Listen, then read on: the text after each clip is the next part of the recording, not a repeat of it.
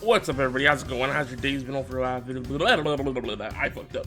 What's up, everybody? How's it going? How's your days been over? Having a good Wednesday. What's up, Kevin? How's it going? No show, Momo.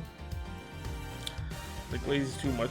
We gotta figure out how a way to stop glazing no show Momo. That guy sucks, and he deserves nothing. Anyways, he's saying it. No!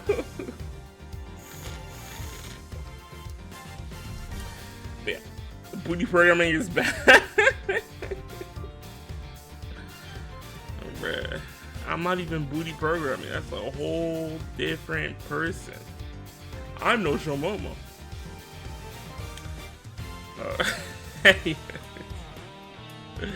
As you can see on the screen, we're back with more Ace Attorney investigations. Finally, I say finally, but we played last week, and last week we finished the prologue case where our fellow prosecutor, I don't even remember his name, but he was a freaking big forehead, sweaty guy sportsman who murdered his detective because they were trying to steal stuff from Edgeworth's office.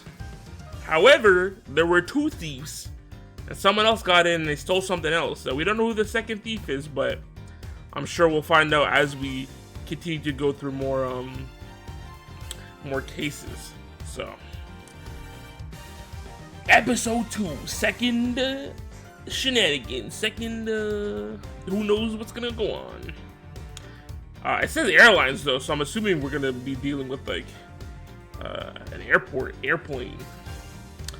Someone's gonna die on a plane, and we gotta figure out who did it. Bro, that's just like Detective Conan. I say Detective Conan, but like, I feel like in Detective Conan, people have died in like every location imaginable. I've seen people die on freaking moving trains in Detective Conan, airplanes, boats, bedrooms, washrooms, cars, parking lots. Like, you can really get caught lacking anywhere in Detective Conan, but I digress. What's up, Decker? How's it going? As you did, but hope you're good Wednesday. I guess enough yapping, enough stalling. Let's get into the second episode of Ace Attorney Investigations. All right, who's gonna die this time? Who's gonna get killed?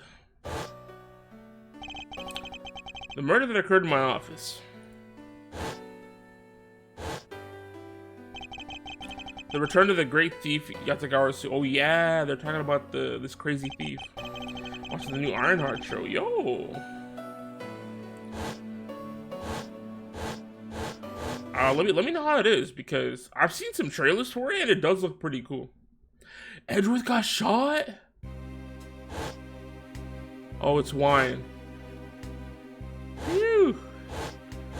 I was gonna say, this is a fancy airplane. God damn.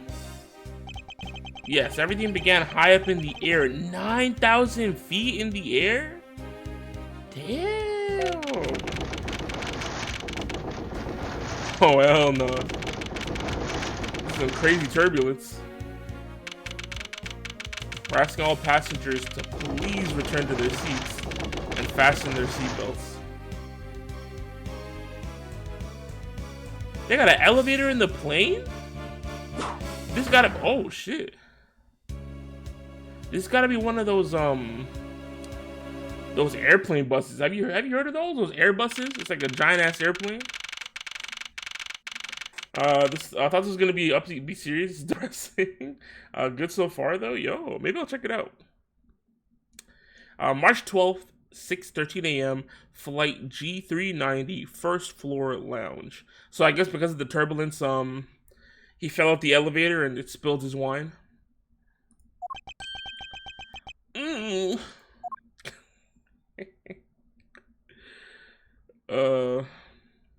Damn. Why do I feel like I just woke up from a horrible nightmare? How long was he out for? 6:13, huh? Guess I was that cold for about 10 minutes. Ha! Slight turbulence indeed. Ladies and gentlemen, we are currently experiencing some slight turbulence. For your safety, we ask that you... Oh, it's just time to return to their seats again.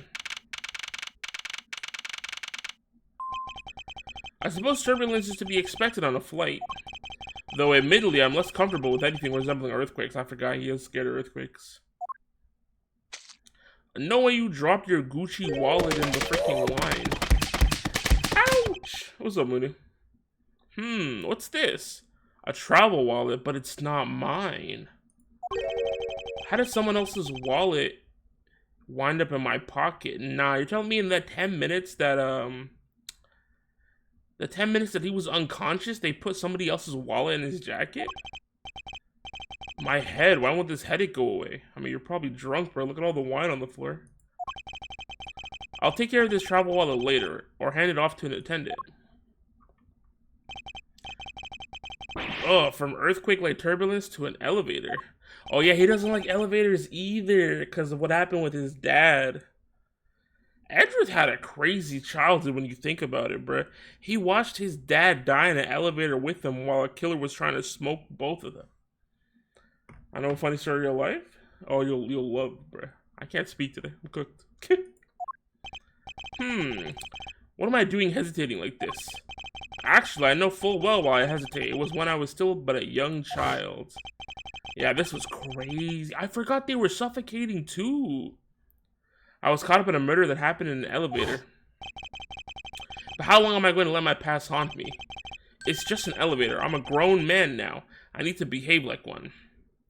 Back in college, I'm African. We talked about music, shuffle trap music on my iPod, and the first thing I played, I'm an African.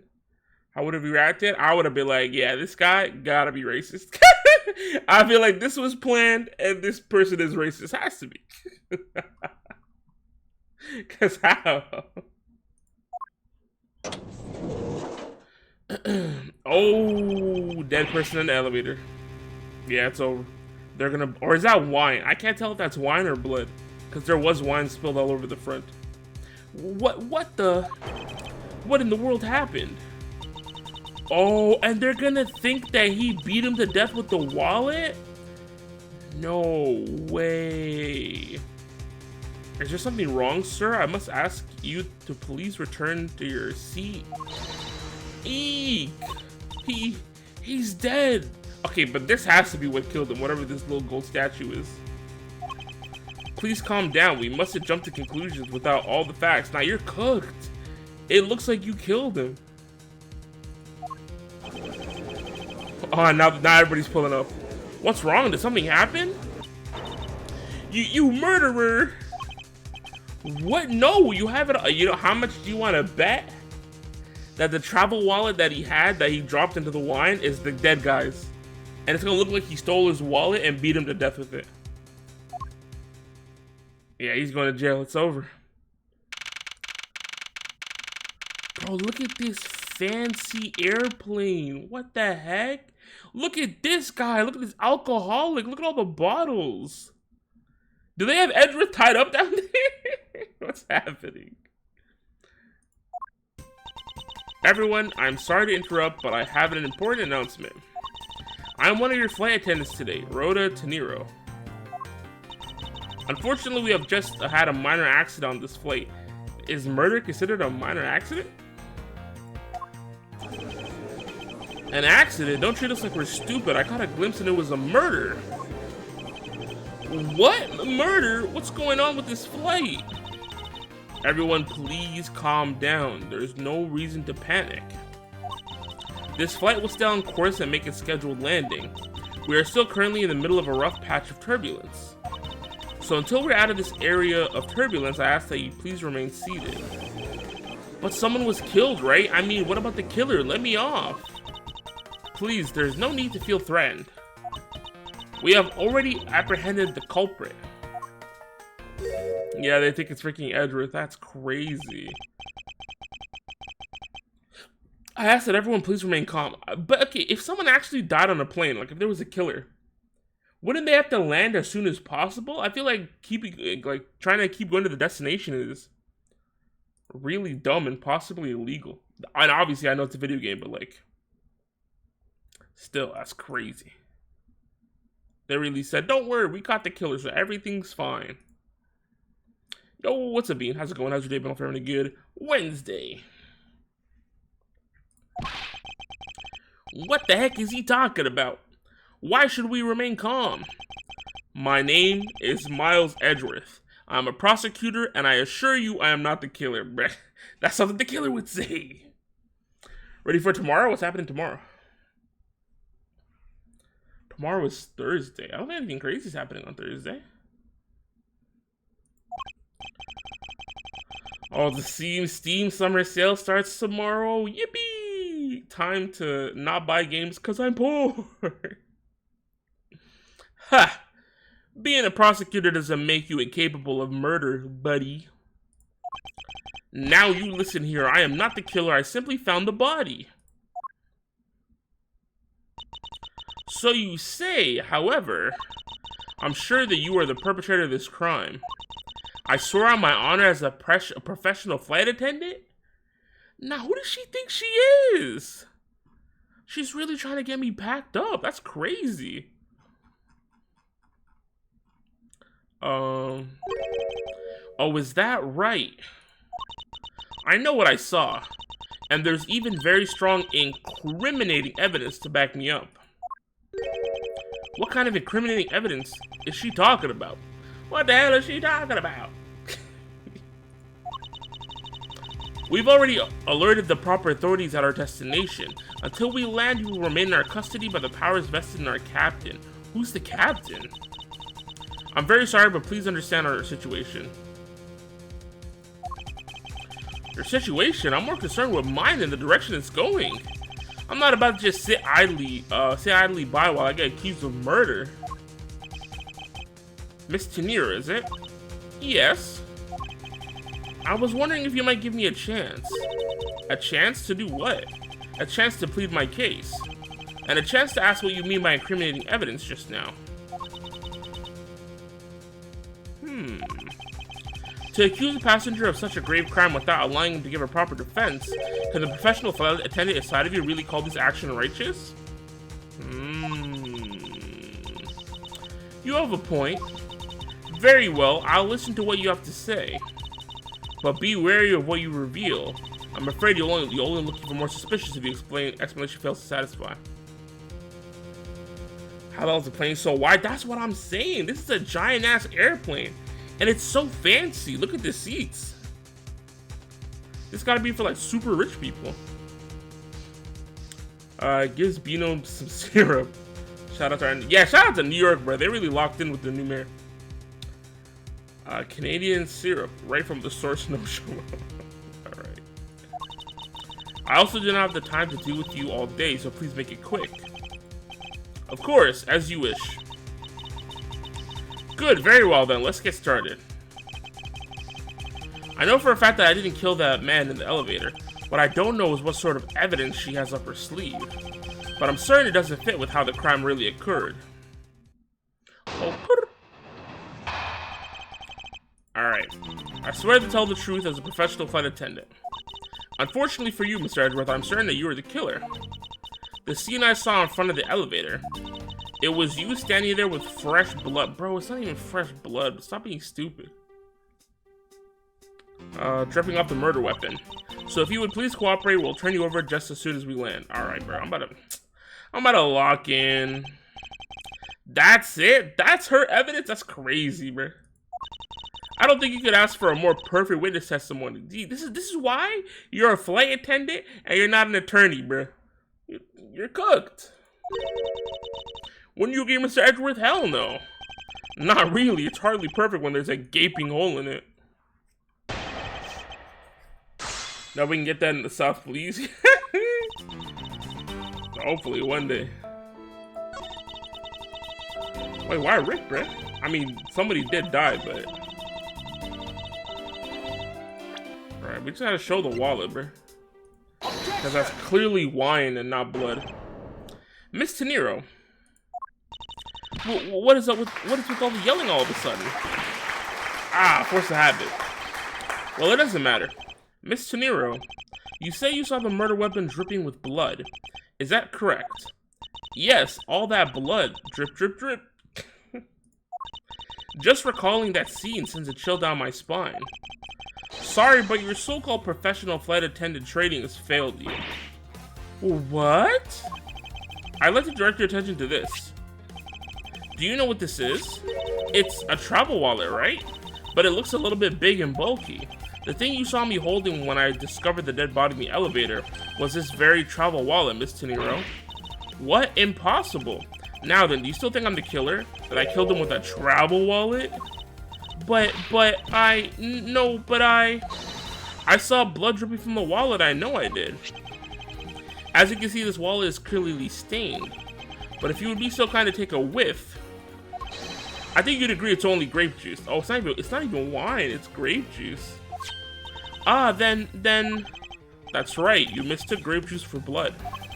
The murder weapon dripping with blood does not in fact exist. No! There, that should clear up that pesky accusation. Oh, she locked back in, hold on. Bro, her ponytail is crazy, bro, look at the cubes. That's cool as hell.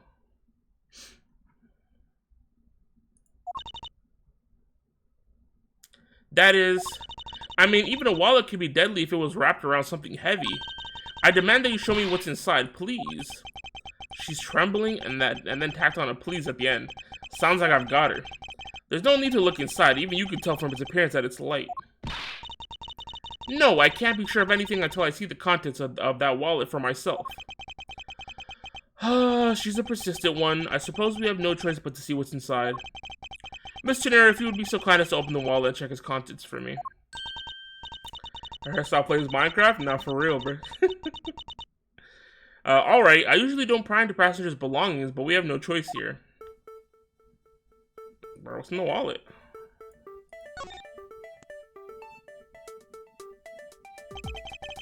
Republic Borginia passport.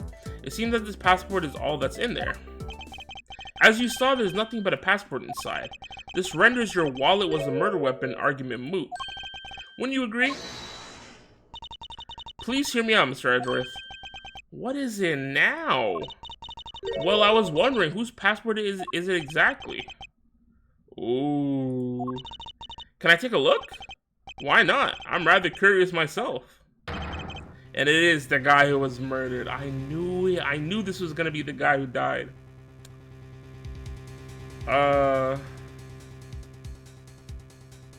Hicksby?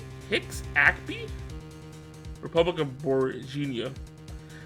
This is just as I thought. This travel wallet belonged to Mr. Ackby Hicks, which makes it the victim's property. You stole the victim's wallet, didn't you? How dare you? You said it yourself. You claimed to be holding this wallet in your hands when I found you. Edgeworth, you're about to get cooked. What are you about to do? Perhaps I did misconstrue the wallet for the murder weapon, but it seems that I wasn't wrong about who the culprit is. Miss Tenero's logic. As you claimed, the murder weapon is not the travel wallet.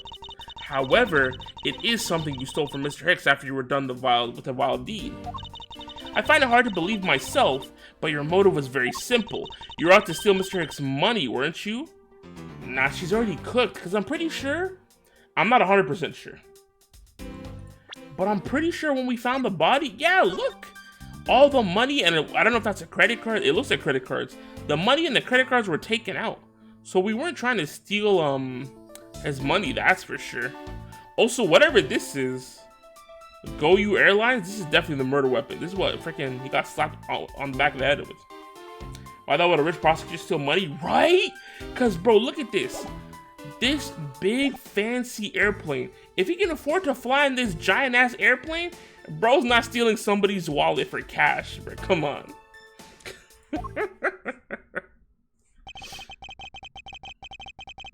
So even though I didn't have the murder weapon on me, you still suspect me, I see.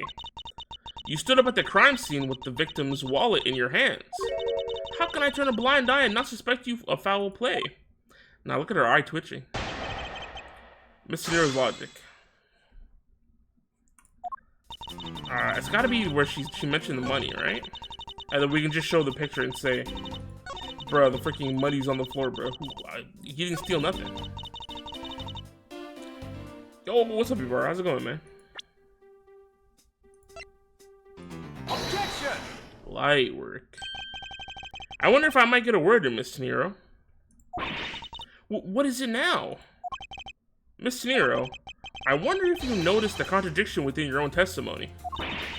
Well, what are you talking about? It's simply impossible that the motive for this murder was monetary theft. One glance at the crime scene should have told you that. What about this scene would prove that the motive for the murder was not the money? I mean, the fact that there's money on the floor. Wes, it's not gonna let me freaking show the money? But it's the money, the money! Are they really not gonna let me click the money? Or I guess I just gotta freaking hit present after, huh? Okay. It's good, I'm chilling, man. He got rocked, yeah, he got fucked up. Right in the back of the head, too. If I may direct your attention to the things strewn all over the floor. Ah, that's right. The floor is covered in bills and coinage. By your rationale, these were the very things the killer was after. Ah! I don't know if that happened to me though. What if they snuck you, bro? What if they caught you lacking? On this giant ass airplane in the elevator. I think we can assume that the wallet fell during the victim's struggle with this killer. And I would think that the killer would have noticed something like, bro, he's lying right now though. Because the wallet did, well, I guess the wallet did fall. But then they put it in his pocket after, so. They were definitely trying to frame him for sure. But doesn't that mean they knew him then, if they were trying to frame him? Well, maybe not. He could have just been like, we saw this random guy on the floor, let me put the freaking wallet in his pocket. Why is the victim facing forwards though? Yeah, that is a good point, because if he got hit in the back of the head, you think he'd be facing the other way, right? I would never let that happen to me, though. Impossible. I say 10 toes. I fucked up the line. Okay. Furthermore, as you can see, there was no effort made by the killer to gather the money. But the wallet. Yes, the wallet. You will also recall that the only thing in the wallet was Mr. Hicks' passport. Ah. If you were really insisting that it was a crime based on greed, then you're claiming that it was all for an empty travel wallet. Forgive me, please. Bro, she might lose her job. Who is this guy? Nah, this guy gotta be the criminal, bro. What kind of drip is this? This is crazy. Big ass airplane. This guy thinks he's about to drown. And they have bro tied up in the corner. Hey, what the heck? Are you saying the attendant's wrong? So that guy isn't the killer? That means the killer's just running around too. Oh, yeah, she's losing her job. She's cooked. He did it 100, that's what I'm saying. Just a regular Jamaican drip from my point of view. Rocking that reggae look. This is definitely not Jamaican, bro. I don't know what you're talking about. Ha! Don't believe it, everyone. It's a trick.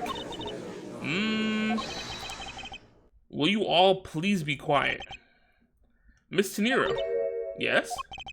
You lost your cool when you saw the dead body. Plus, the lounge was dark and looking into the light from the elevator. It's easy to see how you mistook the wallet in my hand for the murder weapon. I take no offense that you thought that I was the killer. Mr. Edgeworth, thank you for releasing me. Bro, he's speaking in Wingding. What is it now? Oh, how much you want to bet that he's probably from the same country as this guy? Oh, do we not have the freaking passport anymore? Because they said the passport was from like Borgina or something, right? We need a translator, bro. Miss Tenier, if you could please translate, I'd be much obliged. It sounds like Virginian, but I don't understand any of it. There's another attendant on this flight who... I said that he's giving the runabout. Oh, so you speak a different language. Okay. He kinda iced out though, I'm not gonna lie. You can't read that else. I'm sorry, I didn't understand his freaking Wingding language, bro. I don't require an interpreter. I speak English just well, see? You, the attendant. Yes, sir. I want this person to be under the arrest until we arrive at the airport. Yeah, he definitely did it. He had to have done it, bro. That's why he's so pissed. Because he's like, dang, if that guy's free, they're going to catch on to me. What the heck? What is bro doing? I'm sorry, sir, but what exactly are you hoping for? What is it you want? I'm finished talking to the likes of you. Please, I would like to hear why you like me to be held under arrest until we land. You! How dare you try to waste my time? You're the one who stuck your nose into my affairs. I wanted to spend even at least one more second with my precious art. I have no time for other things. I know what you are. I see through you. Insolvent? Yes, I'm pretty sure that's how you say it in English. Is he trying to say insolent? Well, I should hope I'm not monetarily bankrupt, but I don't think that's what you meant. I'm sorry, but I don't think I caught your name. I'm Zinc LeBlanc II. I'm a very wealthy man in the Borginia. The name is kinda cool. Zinc LeBlanc might go crazy. But I'm not an ordinary rich man. I'm an art dealer, a rich seller of beauty. What does that mean? Oh, never mind. I thought this was gonna be like one of the art pieces that he used to kill him, but I don't even know what that is. Go Yo Airline. Okay. That's but you got a son? What the heck? Since when? Unless you're saying he's your son.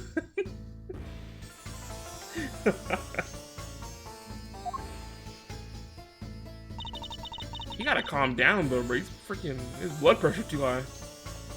Mr. LeBlanc, what did you mean just now? Pardon?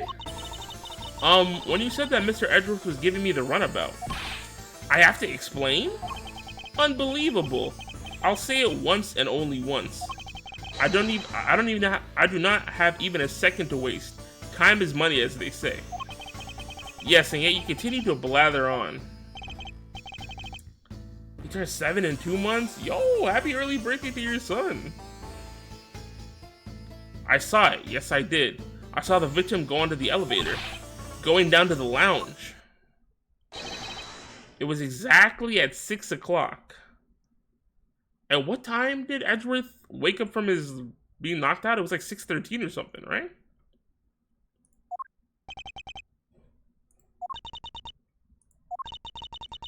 And what's the significance of that time?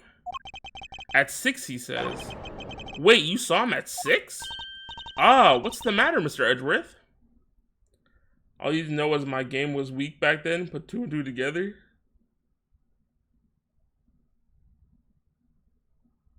Yeah. He understands, I see. Miss Attendant, what time did you discover the body? Well, it was a little after that patch of turbulence, so I would say around 6:15.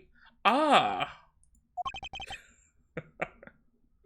Hicks was his name, was it? Then I say that man Hicks was killed in the 15-minute time span. And the only person in that lounge at the time was his prosecutor, yes? You're telling me it took 15 minutes for the airplane elevator to go from whatever this floor is down to the lounge? Bro, how big is this plane? And he's still tweaking, bro. It's not that deep.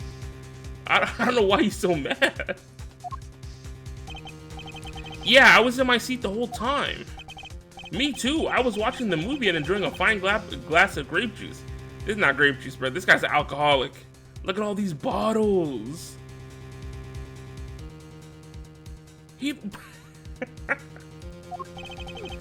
I was still eating. Yo, nah. No way he's eating all that meat. Pause.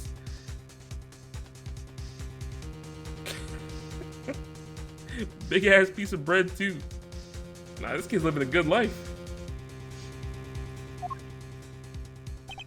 The other passengers have an alibi, so you have no problem with them, I suppose. No complaint, I see. Not a single word against this, right? I have no way of discounting what you have put forth at this point, but it wasn't me. Oh, so you say. But you do have what you say, the evidence. Mr. Edgeworth, are you really the culprit after all? Mr. LeBlanc, I suppose you're quite certain of what you saw, enough to give a testimony. I mean, probably. Of course! I was looking at that man the whole time. He was playing with that annoying little, small machine the whole time. Machine? What do you mean by machine? The only thing, there's no machines in this picture. Unless he meant, like, in the elevator, but how would he see what's going on in the elevator if the elevator's closed? Machine? Yes, that's what you people call it in English, yes? It was making me crazy with the click, click, click. From that description, it sounds like some sort of small computer. I mean, if this was his seat, maybe. Assuming he was sitting here, and I guess something spilled on him, and that's why he went to the elevator to go to, like, clean himself up, then maybe there's a laptop in that bag. I believe what Mr. LeBlanc is talking about is a cell phone. I have to say that I did see him playing with it quite a bit. Now, what game was he playing on his phone? A simple cell phone, a laptop or organizer I can see, but that's kind of low budget. Nah, look at this rich ass dude talking about his cell phone is low budget.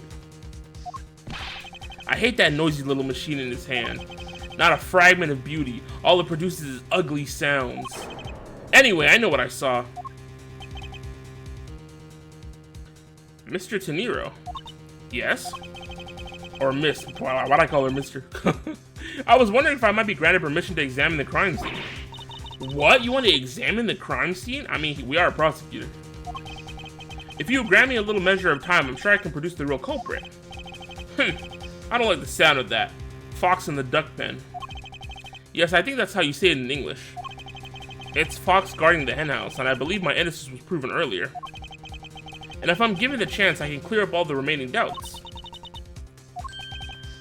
Miss Teniro, if you wait until we arrive, there's a good chance that some evidence will have been destroyed by then.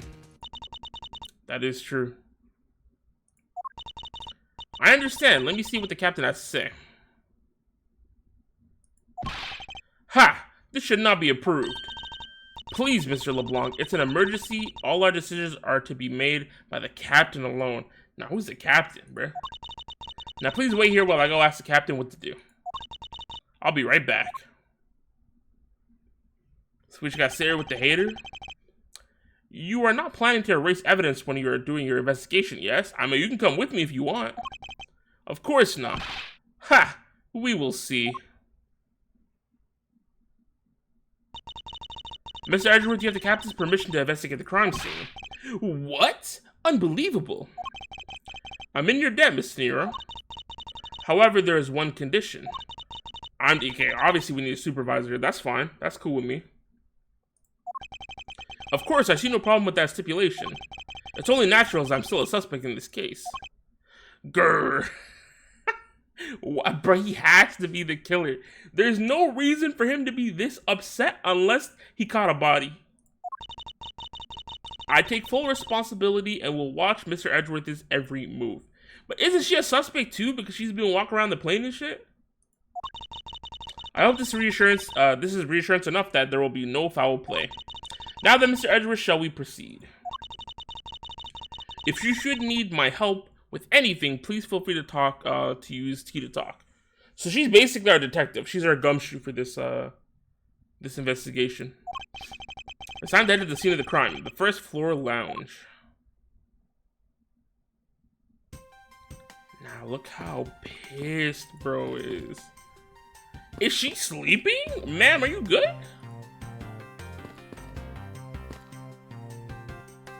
Bro, I already forgot to play this game. Excuse me, but may I have a word with you? You there. Yawn. If you need something, please ask Miss Rhoda over there, okay? What the hey? Wake up, you. I'm terribly sorry that she's being so rude, Mr. Edgeworth. No need for you to apologize. I just find it hard to believe she's asleep on the job. If I were her boss, I'd see to it that her salary was cut so low that it was in the red. Damn. Now we gotta talk to this guy. Hurry up and investigate. Time should not be wasted. Precious is human time. Is how you say it, I believe. Yeah, that guy did not mess with us. This was Mr. Hicks' seat. I don't see the machine Mr. LeBlanc was talking about. Perhaps it's in the elevator. Maybe. We should probably head down to the crime scene now. I gotta see everything first. Like, why does this guy got freaking boat vests? Don't get near me, you criminal. He said, don't get near me, you criminal. I'm not the killer, and I intend to prove that starting now. But that's contrary to the facts. I know what he's saying. I can understand his English just fine, thank you very much. Right? And look at this guy. Hey, miss, how about another glass? Excuse me, but I was wondering if you know anything about the murder. How about it? How about another glass? I'm sorry, but I must decline. I wasn't talking to you, I was talking to the queue attendant. I'm sorry, but I'm on the clock right now. But if you need a refill, I'd be happy to bring you another glass at any time. You got it, Toots. Gun to your head? Name 5 of the most beautiful gaming women, go? Make sure to add Kyrie to that list.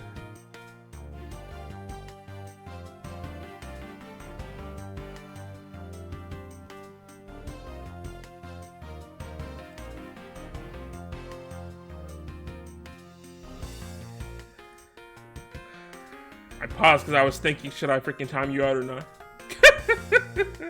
I had to really think about it.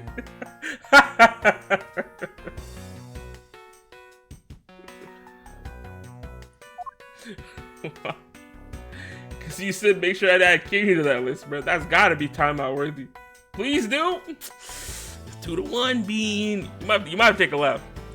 You might have to take a lap. How is Kiryu a beautiful woman? Look, if you think Kiryu's a beautiful woman, I got no beef with that, you know? It's Pride Month. I'm cool with all that.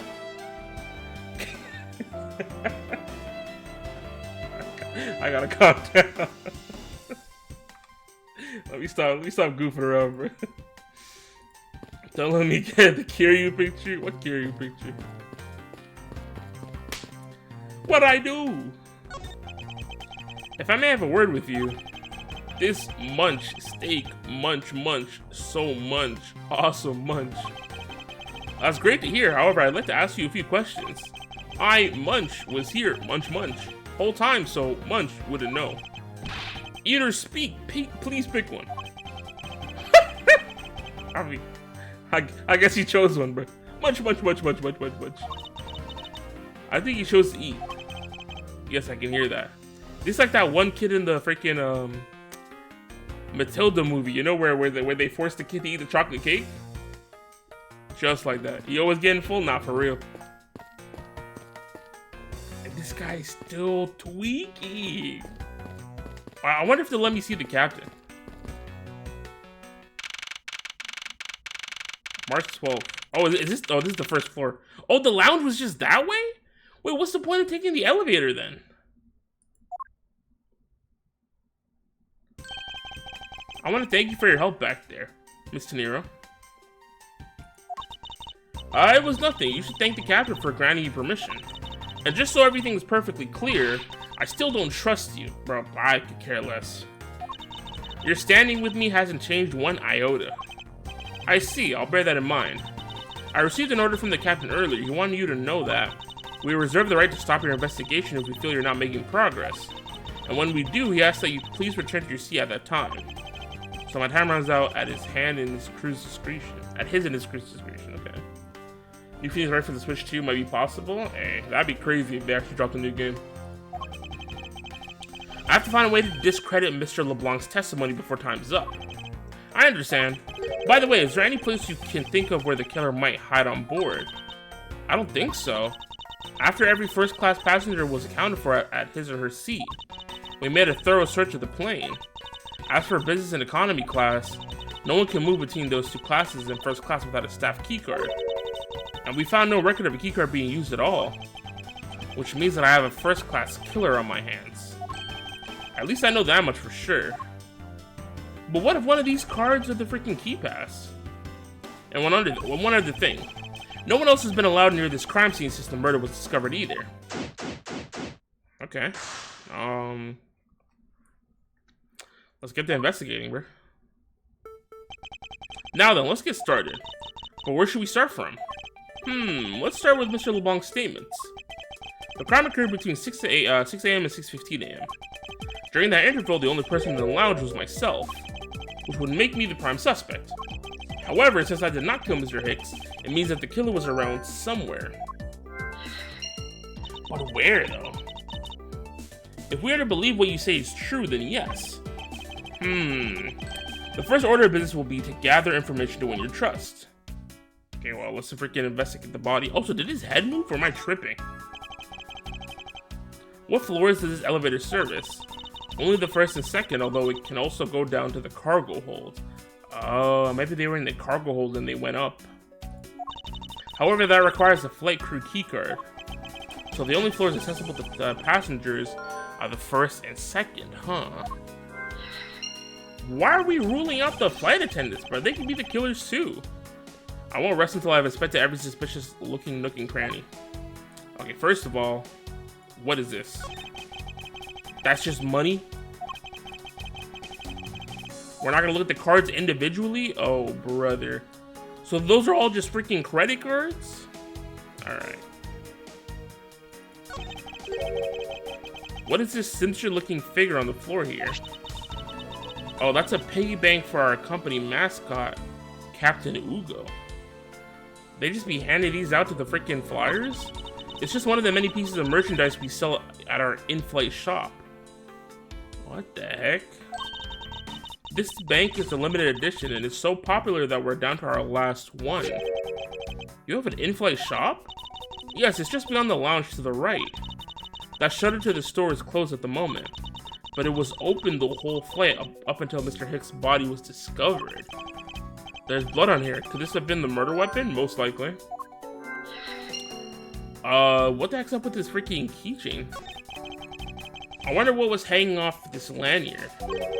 Something missing from the picture. Now if I could just put my fingers on it. It had to be like keys or like an access card or something, right? Because what the heck, what else do you put in a flipping lanyard?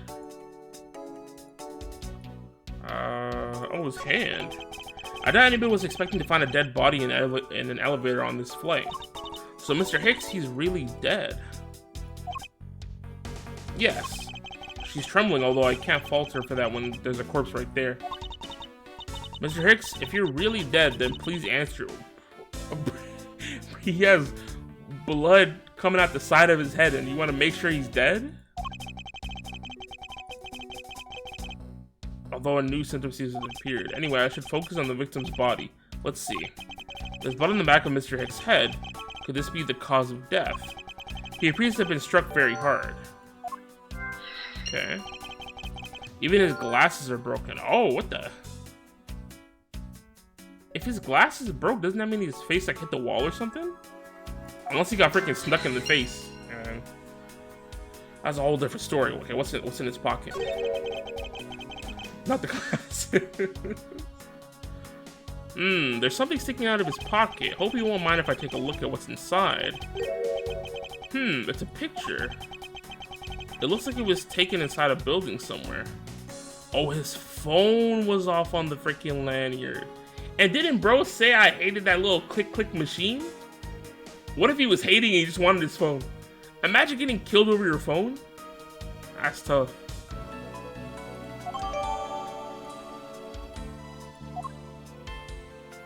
Okay, so we know for a fact his phone was hanging off that.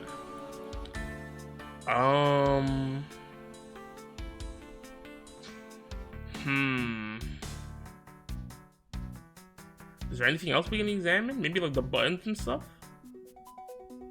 No, it's only stuff inside here, I guess. You might be the thing.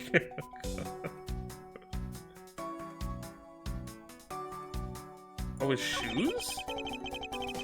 There's no grape juice residue on the soles of his shoes, making it highly unlikely that Mr. Hicks entered this elevator after the turbulence. Yeah, because we saw all the shit got spilled outside.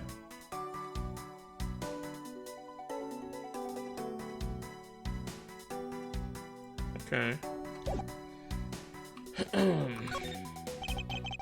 There's some spilled grape juice in front of the elevator. I assume it was spilled during the turbulence. Oh, we must clean that up or someone might get hurt. Bro, don't touch anything. Aha! What is it, Mr. Edgeworth? I found some very important evidence. Oh, footprints. I didn't even freaking see that. I was focused on the freaking bottle in like a glass cup. It's the freaking footsteps? Or not footsteps, footprints. Take that!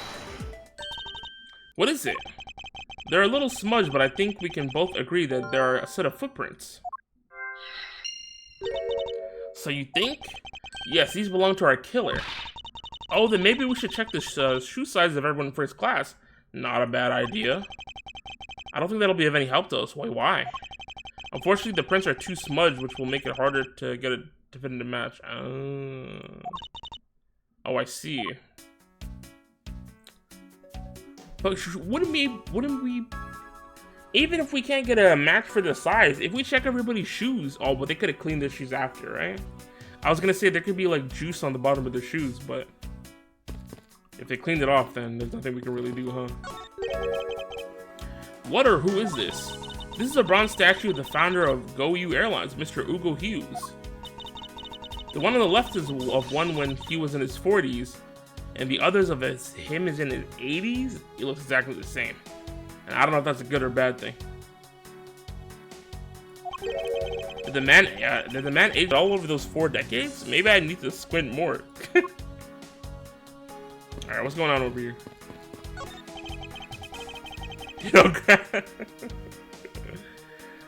Glasses and candles thrown into disarray by the turbulence. It's been a while since I've seen this big of a mess. It's terribly embarrassing, but I thought it was an earthquake for a second, and I frantically started searching for gas valves to shut off. I guess the shaking of the plane was bad enough to be mistaken for a real earthquake. How could there be an earthquake in the air? What are they on about? Not that I would know, since I was unconscious for most of it.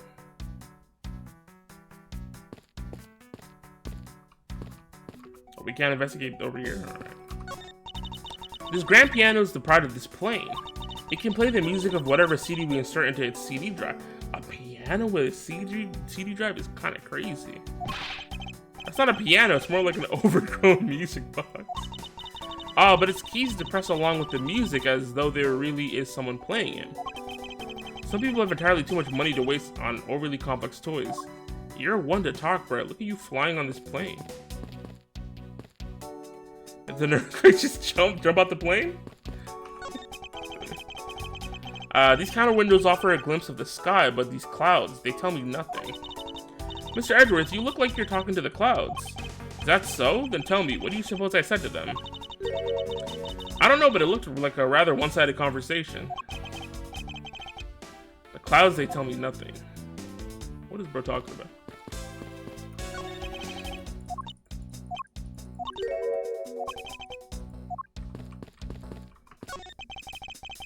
These bottles and glasses must have been broken by the turbulence. There's quite a bit of broken glass here. Please be careful when passing through this area. Thank you very much for warning me, Mr. Edgeworth. Why are we assuming that the turbulence did all this? What if it was the killer throwing stuff around to make it look like it was the turbulence? Just to throw us off. No matter how kind you are towards me, know that it does not clear up any suspicions I have about you. I wasn't warning you for the sake of clearing my name. This door leads to the flight attendant's room, but please understand that it's off limits to unauthorized personnel. The room is giving off the scent of woman's perfume. One would think that perfume would smell great, however to me it simply smells. Not that I have any interest in what lies beyond this door. Perhaps we should return to the investigation, Mr. Edgeworth. Mr. Edgeworth? Sorry, I spaced out for a second there. Is that everything? That's crazy. And then this is the shop they were talking about. The in-flight shop is just beyond these shutters, but we don't have permission to open them, so I'm afraid I must leave them closed. There must still be clues to be found here in this lounge. I must remain vigilant.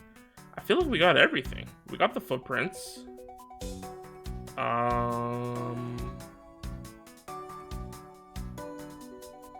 I guess we can look over the evidence that we found so far.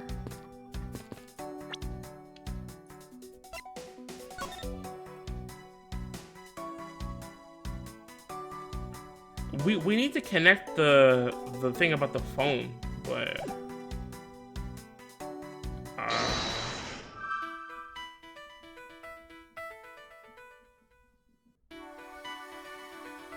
I don't know if we can do it yet.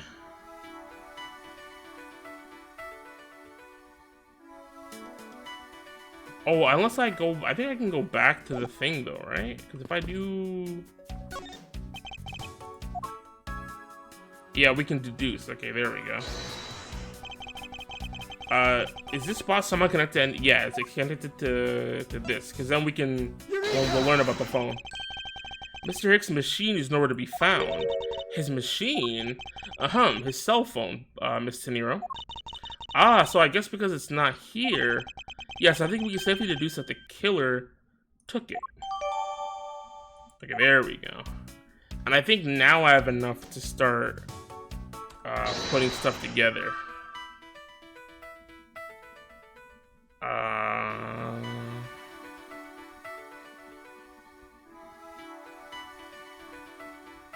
So where was the killer? He's a genius, OMG, moving like Prime LeBron. Oh, I wish I was LeBron in his prime. I mean, they had to be in the elevator with the person, so.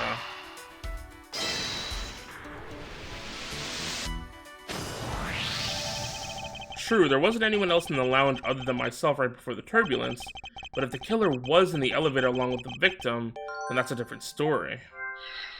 Okay.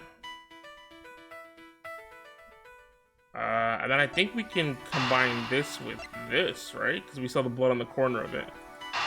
Boom, boom, boom, boom!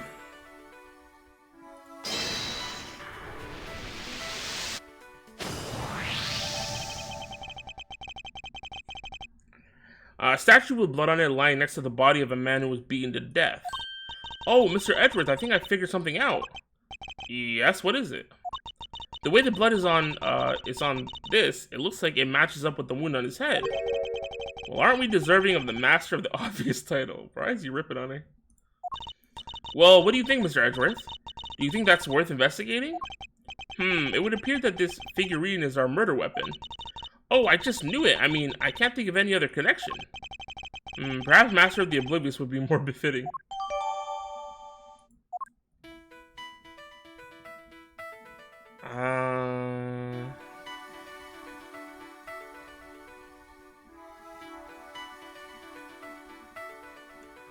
What you look at? Your guess is as good as mine. Her hair is crazy, but she got the freaking Q ponytail.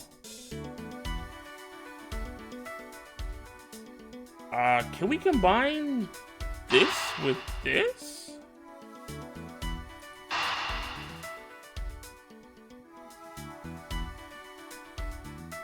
Because if he walked out and went to the right, then he would have to have walked through the spilled juice, right?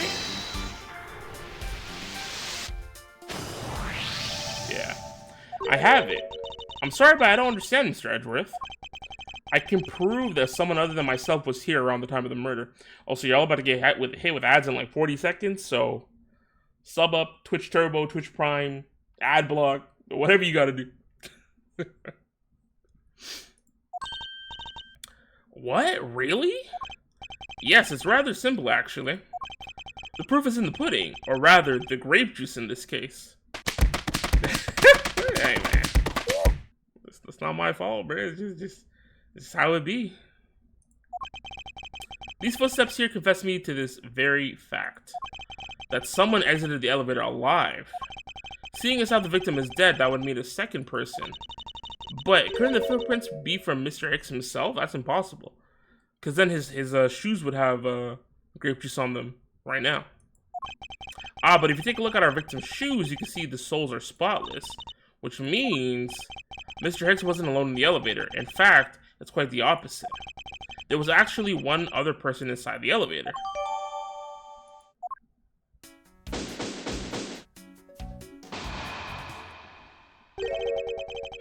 What's going on over there? We're over where? Oh, it's freaking Buddy having a freaking hissy fit. Oh, she's yelling at this sleepy lady. Unforgivable. This is unforgivable. You understand what I'm saying? The movie is late. It is the same level of bad as if the plane arrived late. But the movie... What? I will not talk to you anymore. You are just wasting my time. I don't know. I guess he can't. He pulled up to complain. What is the matter, Mr. LeBlanc? If there's no emergency, please return to your seat, sir. Do not tell me what to do. I do not need to sit down. 6 seconds. Well, Mr. Prosecutor, did you prove you're innocent yet? Look at him wagging his finger at me, bro. If you would like, I'll prove my innocence to you right now. What nonsense! Are you saying my eyewitness testimony is mistaken? Not mistaken, merely that there's room for doubt. I'd be most honored if you could please tell me what you saw in detail once more. I was gonna watch One Piece, but I wasn't about to miss this no-show live. What's up, Safari? How's it going, man? Nah, you should get back to watching peak One Piece. Oh, deck. 13 messages.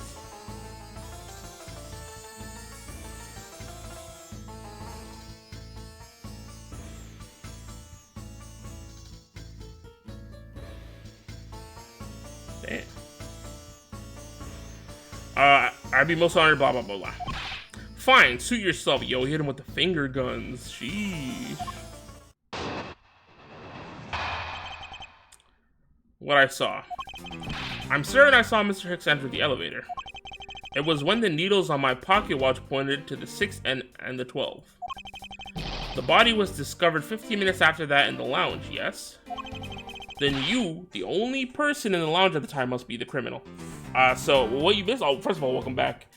Bro pulled up yelling at the other flight attendant, and then the one that was with us was like, "Bruh, if it's not an emergency, go sit down." And then he's like, "Shut up." And then he went to us and he's like, "Did you prove you're innocent?" And Edgeworth was like, "Basically." And he's like, "I don't believe you." So now we're going back and forth with him.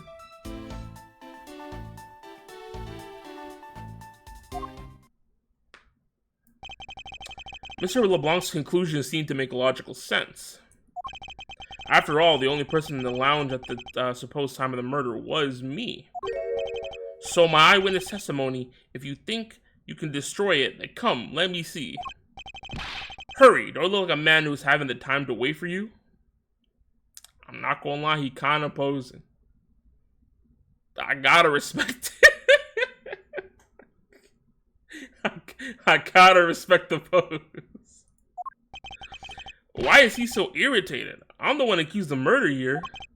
Anyway, I must find a way to discredit Mr. LeBlanc's account somehow, and fast. I'm gonna hit that from now on.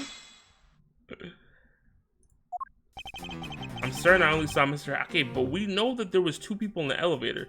So is he 100% sure that there was only 1 person in there? Hold it! Mr. LeBlanc, were you able to get a good look at the inside of the elevator at the time? Of course. I saw what was inside. And you were sure that the victim was in the elevator alone. Y'all finna see it? Remember this moment? Yes, the only person inside was that Mr. Hicks man. This last outburst is a bit too important to let go.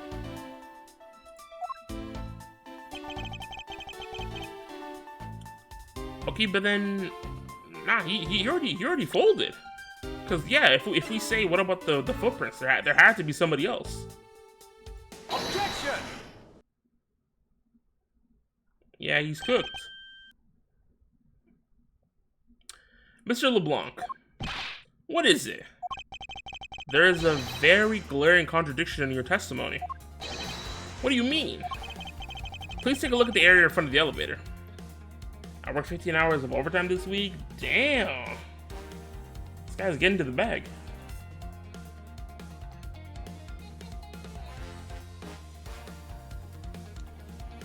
Doing good, how do you do? Eh, I'm chilling, you know. Same old, same old.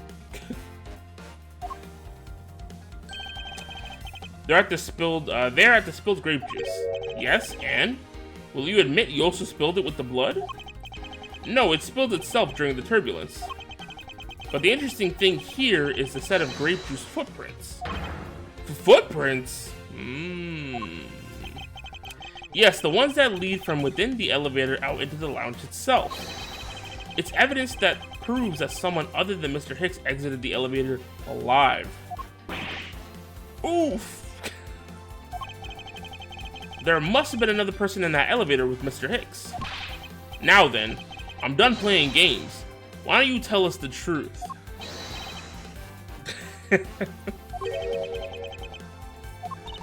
Can you please translate for us? No way, that's totally impossible, I guess is what he said. Oh, that is what he said, I guess. I know there was no other person in there. I saw with my own eyes. Wait. She kinda...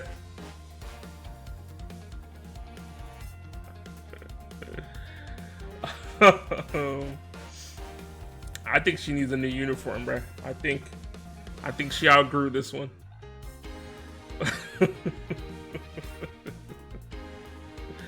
My bottom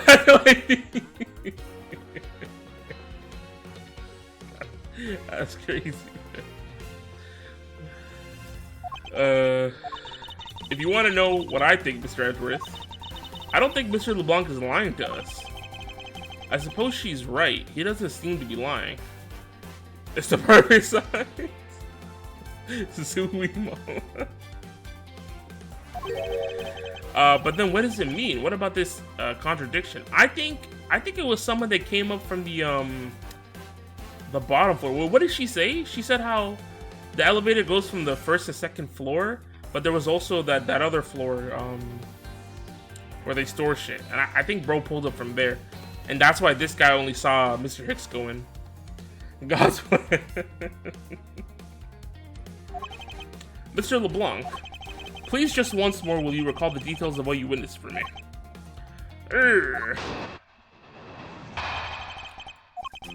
I was very upset when Mr. Hicks passed by my seat. I was always checking the time over and over again. I happened to follow that man with my eyes when he passed me, and I saw clearly into the elevator he was entering. Bring her back? Yeah, where'd she go? She disappeared. No, this is part of the Phoenix Wright universe, but this is like a spin-off where Edgeworth is doing his own thing. This happens after the first 3 games in the trilogy. But I swear there was no one else inside. No one. Mr. LeBlanc, if he would please calm down. What dare you to have an issue with my eyewitness testimony? Not at all. Please forget I said anything. Yet again, he doesn't appear to be lying. But I can't let this testimony stand as the truth. Okay.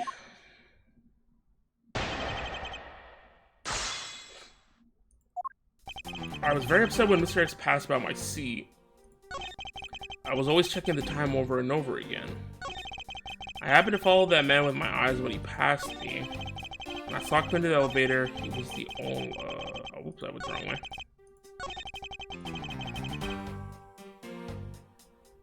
The second statement is kind of sus, because why were you checking your freaking... Why were you checking the time over and over? Like, what were you waiting for? Hold it! Why were you so attentive to the time? Yeah. Because something unforgivable was happening. Come to think of it, you're yelling about something unforgivable earlier. Don't tell me he was pressed about the movie. Like the on-flight movie that was supposed to play, and he's angry it was late. I was giving a complaint to the attendant about the movie starting time, bruh. Return back to me my time in money.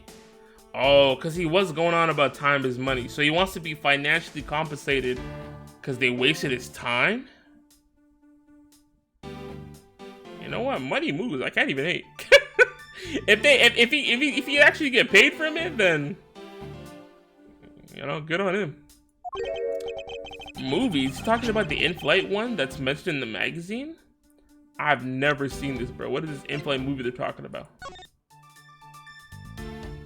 For all your dietary needs, best restaurant in the skies, flight itinerary, all time shown correspond to our departure time, license to love, laugh, moan, an hour and 20. So I guess this is the movie he was talking about. I wish I could like move it around, but I guess I can't.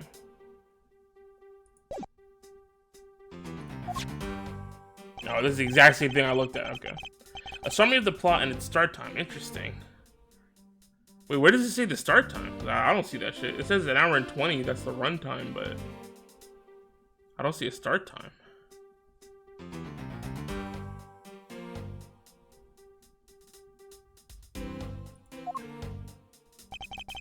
They were supposed to show License to Love, Laugh, Maim, and Murder. I cannot see that move in my country. You can only see it on international flights. Oh. Did it say 6 o'clock? That it was starting at 6?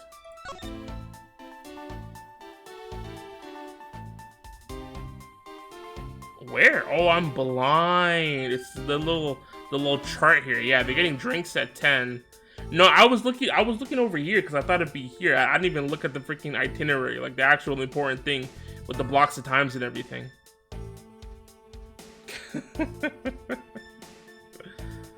Okay.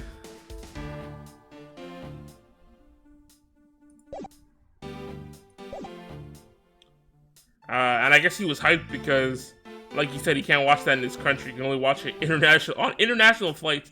So he can only watch it specifically while flying international. That's kind of crazy.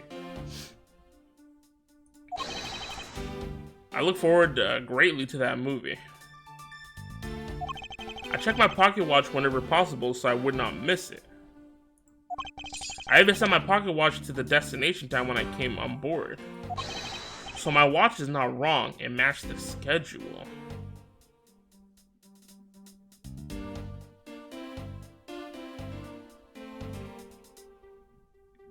Okay.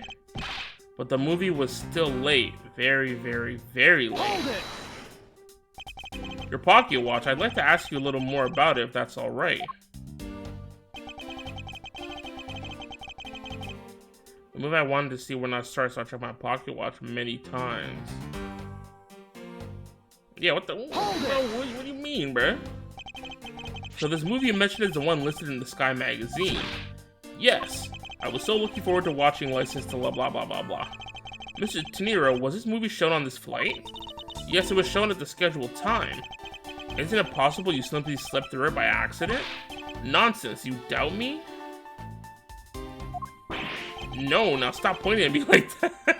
Nah, see, he's intimidated by the pose, bro. You couldn't handle it. Odd, how did he miss a movie that he was clearly hoping to see? I checked my pocket watch a great number of times, that much I know for sure.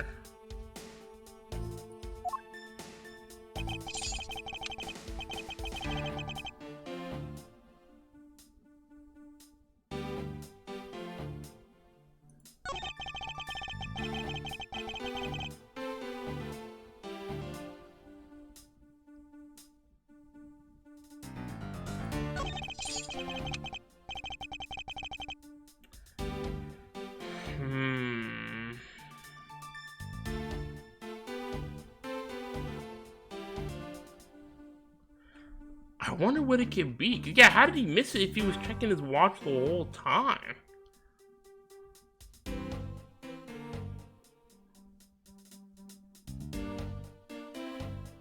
Oh, you know what it could be? It's probably time zones. Because he set his watch for the destination time, which was mean...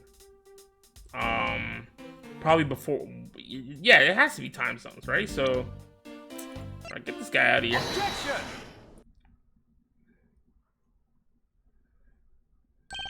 Mr. LeBlanc, you said this just now in your testimony. I even set my pocket watch to the destination time when I came around. Now, if your watch has been set to our destination's time zone, it would mean that your watch is displaying the time zone of our destination. Yeah, so it was time zones. He cooked himself. Yes, and the correct time is worth its 6 cents. I would like you to take a look at this. If you believe the Sky magazine, clocks on this flight run in accordance with the time of our departure time zone. Which it says right here, literally big bold pink letters. My cat is so Lord actually has right here.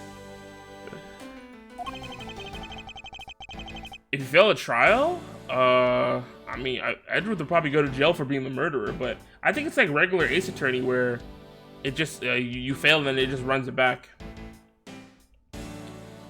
Of course, the movie schedule was also created with that in mind. Miss Tenero, for confirmation's sake, what time zone is this flight aligned to right now? Well, we made a short stop at a transfer point. That's right, it was in that small Asian country, the Republic of Zhangfa. But we didn't readjust our onboard clocks at that time. So right now, we're still running on Borginian time. What? Oh, he played himself. Aren't these trials long as fuck? Would suck to fail them? Yeah, I mean, at least with this game, there's autosave. The trilogy, I don't think... Actually, I think the trilogy also had autosave, so... It probably just starts you at the last point, like, the last testimony is my guess. I mean, I wouldn't know. I've yet to fail a testimony, so, you know, I'm just built different. What? Is Edgeworth actually J. Oma? People still talk about J. Oma? The time difference between Borginia and our destination is 9 hours. In that case, it's only natural that your watch would be out of sync with the schedule.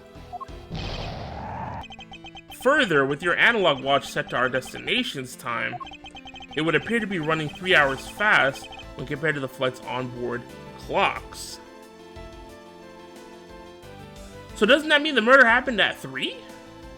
And not 6? What do you think about the OC? The OC is crazy. Also, what's up, Ray? I don't know if I said what's up to you when you popped up in the chat earlier, but how's it going? Hope you're having a good day. Nah, they cooked. I mean, they're always cooking with the Ace Attorney games OSTs.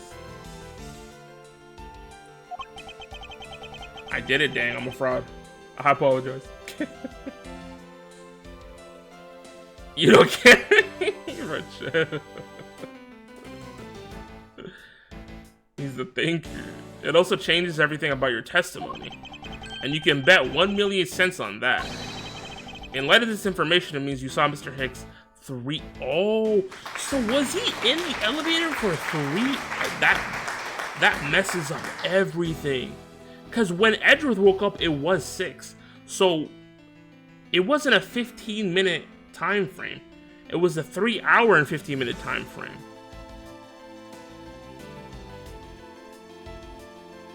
But if that's the case, why didn't Edgeworth, like, see that from the body? I mean, I know he's not a freaking, he's not a detective, so he's not, like, trained to do, like, rigor mortis stuff, but I feel like as a prosecutor, you've seen enough bodies to be like, yeah, this has been out for, like, at least some estimated amount of time. Have we eaten today? You think people got money to eat, bruh? We're all eating one meal a day. And I'm eating my one meal a day later today. Nothing at all. What the hell you go eat? Probably just chocolate. I had one slice of pizza today. We'll do it around 6 p.m.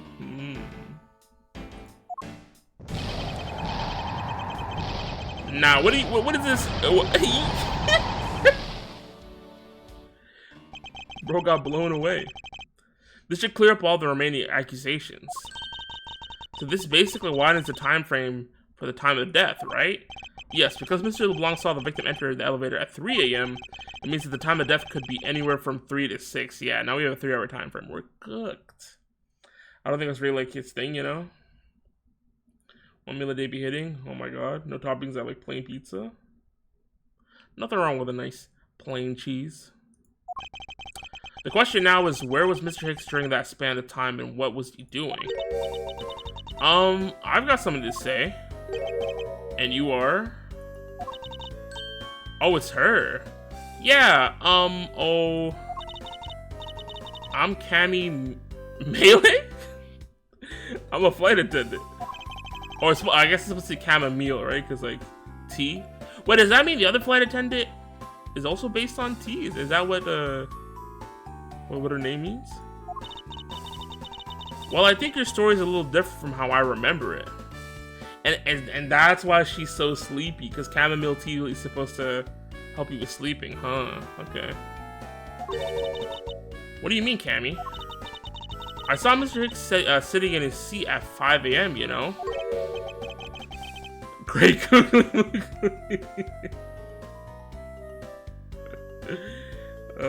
Eating 3 meals makes me sleepy and sometimes sick. How can you be so sure of the time? Oh, that's right. You pushed his call button while we... So you knew that and you didn't say anything? Freaking Roblox head, bro. Roblox ponytail.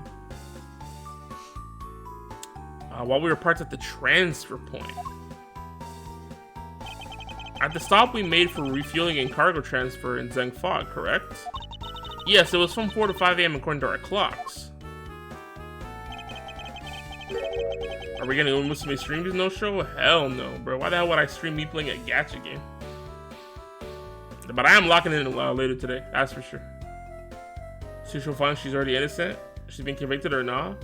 What the fuck's up with her hair? You have before? When have I ever streamed a gacha game? Aside from that one Duende Abyss beta. And aside from the one time I was doing my dailies on stream. Anyone with Musume streams? Nah, bro. If I stream, bro, they'll siphon my pull luck, bro. No, I don't think she's being convicted. She's just telling, she's giving us more information so far, right? And during that time, did any of the passengers leave or did any new ones board this flight? No, not a single person got off or on in Zeng Fa. What about the flight crew? The few who were handling the cargo transfer might have temporarily gone on or off. But eventually everyone, including Cammy and myself, came back on the plane. So basically I can assume that no one left or got on since our initial takeoff. Interesting, I should keep that in mind. Okay. Become #1 Uma Musume NA streamer, hook up with side games? That would be crazy. I gotta become like Ziox or well, what was that one guy with like the green like slime avatar that got bullied by Tectone? What was his name?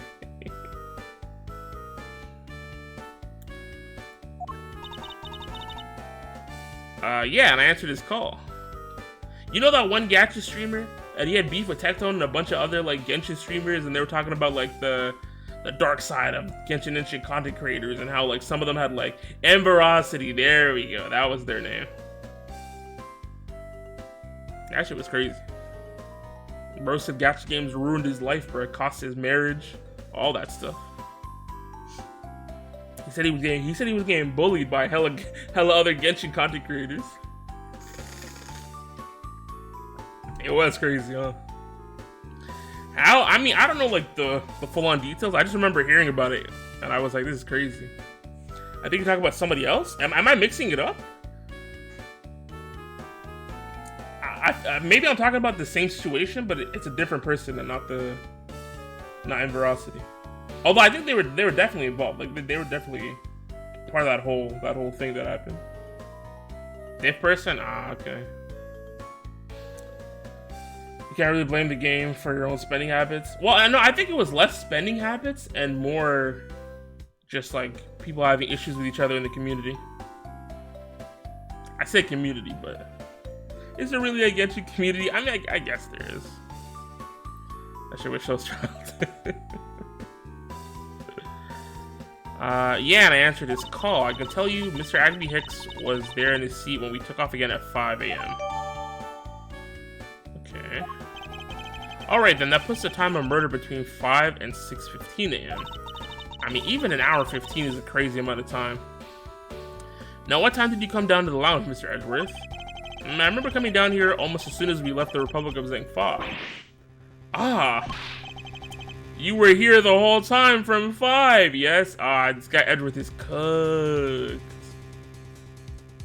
It's an Asian guy. Sometimes things don't vibe with you, they don't need a reason. High school drama, I figured out who it was. I feel like that's most Twitter internet drama. It's just people acting like kids. Atsu, yeah, that's the name. Yeah. It was definitely that guy. Then you're the only one who could be the killer. Mr. Edgeworth, were you really here in this lounge the entire time from 5 a.m. onwards? Unfortunately, yes. But then how do we explain the footprints? Is that not obvious? This man waited for Mr. Hicks here in the lounge, waited to kill him. And then he put the corpse into the elevator.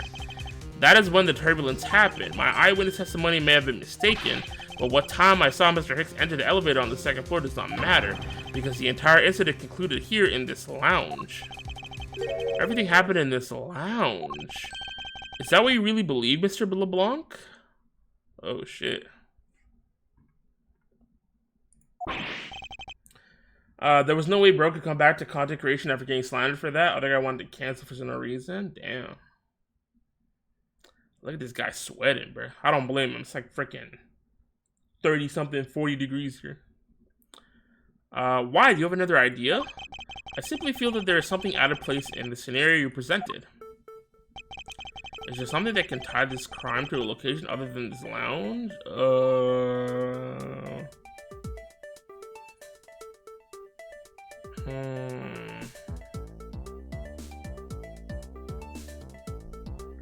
It's gotta be the footprints, right?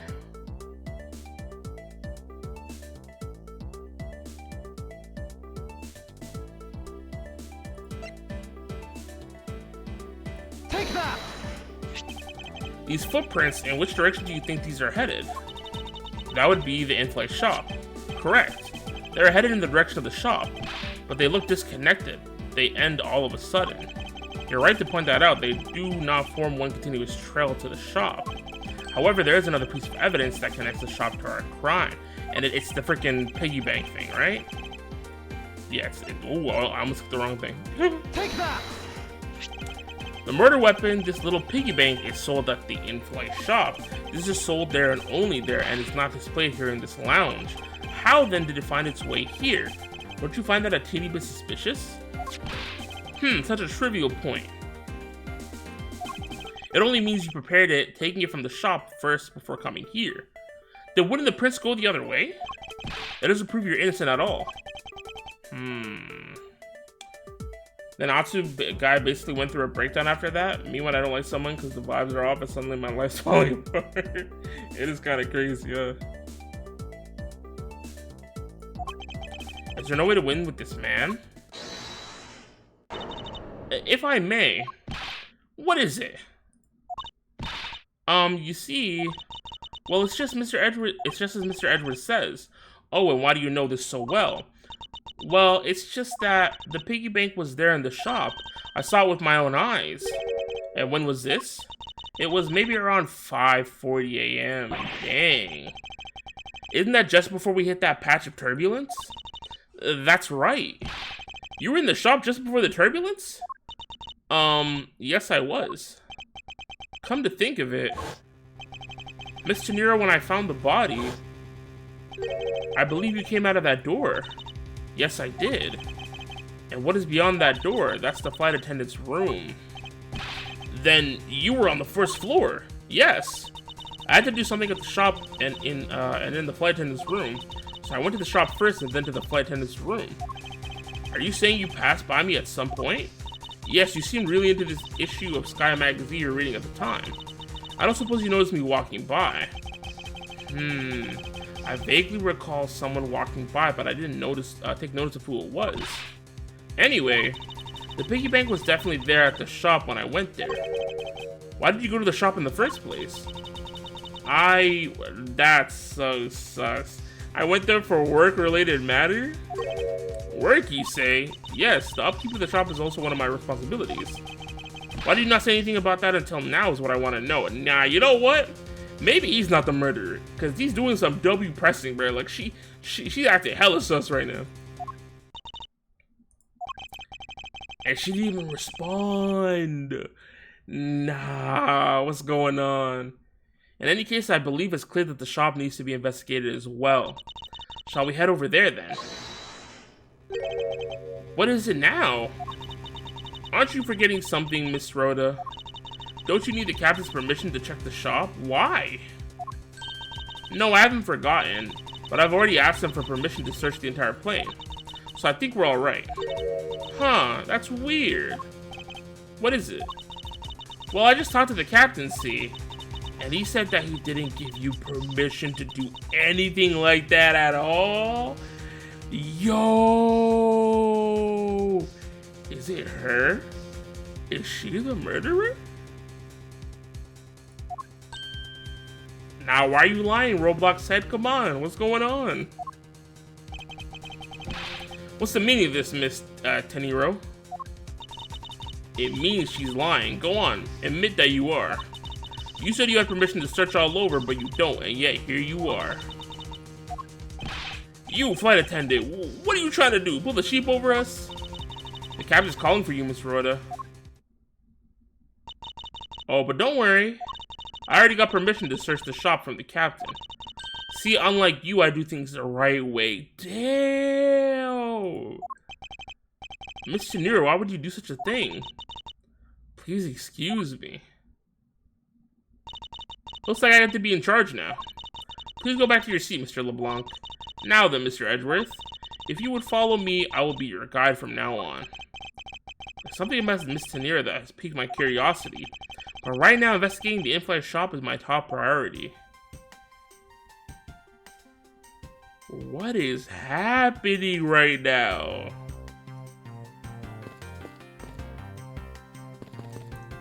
Bro, go back to your seat, bum. Oh, I'm really mad. You had better hurry and bring me some evidence. Alright, back to where I say stay safari, bro. And don't be hitting too much of that overtime, man. You gotta remember, everyone loves money, but you can't make money if, you know, you get sick. Don't number the what? I have no idea what he's trying to say. Don't count your chickens before they hatch, perhaps? All I ask of you is your patience and cooperation. Miss Meal, about investigating the in-flight shop. You're of no use to me asleep. Wake up. Yawn. Huh? What's up? I need you to come with me so I can search the shop. Go on ahead without me. I'll catch up with you later. How has this woman not been fired yet? We're gonna find that she's the real captain or something, bro.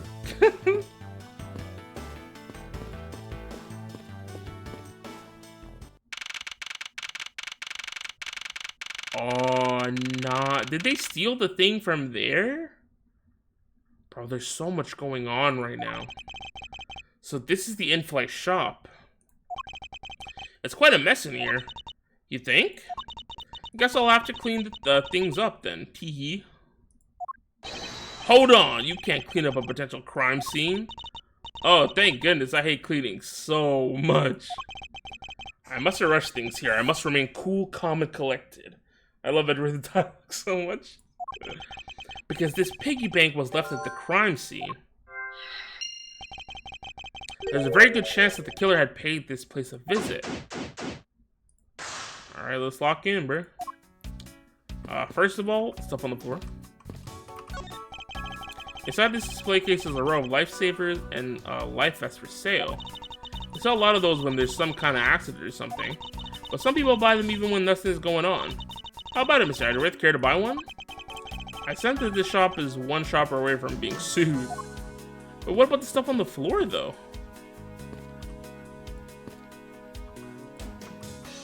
Wow, it won't let me. Okay. Stuffed toys just like the one Miss Neal is holding are on display here. They're relatively cheap, which explains why they're displayed so haphazardly. How about it, Mr. Edwards? You know you want one too. They're great for when you're stressed. Why do I envision stuffed animal abuse when she says that?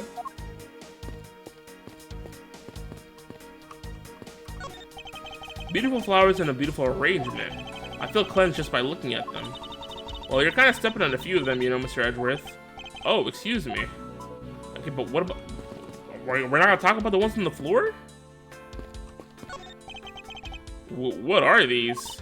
Oh, those are our company's completely original line of suitcases. They're practically flying out the door. That's how popular they are. You should buy one and see how you like it. You won't regret it. Perhaps that's how things work on this flight, but in the real world, you try, then buy.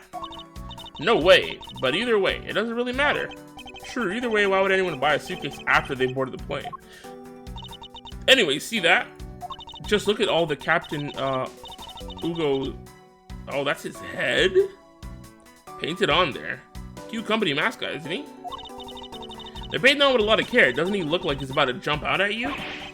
It's certainly making something jump inside my stomach. Huh? Oh, I guess there's no fooling your refined taste. You look like you really wanted to get one. And I thought I was going to finally make my first sale. But you saw right through it. Glad that's done, though. Never maybe try to give you a sales pitch ever again, okay? But I've never shown any interest to begin with. Teehee, it really is pretty horrible, isn't it? You want to know something? This suitcase was designed by Miss Rhoda. Oh, no, they're cooking her. Miss Tenier designed this? Yeah, it was a company-wide contest. Well, it does have a very sharp design sense. Ha! Sharp? Like stinky sharp cheddar, maybe. I really have no idea why the bigwigs decided to go with it. It's so... bleh. Miss Tenier designed this, did she? It's definitely not what I would have expected.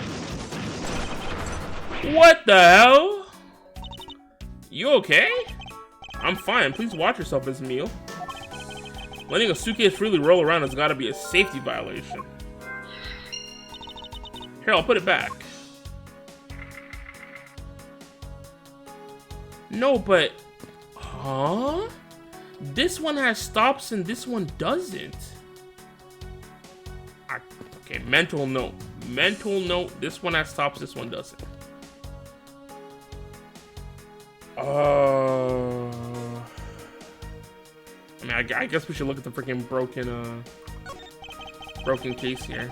The glass from this display case door is shattered all over the floor, and it looks like there's nothing on display inside either. Wait, actually, I think there is something. What's this? A mini captain's hat? It's a tiny captain's hat. I swear I've seen one of these before. Aren't they the hats on the stuffed animals? It's the same, right? It looks like it was the same. Making mental notes when your memory is goldfish. Look. It'll all work out, trust.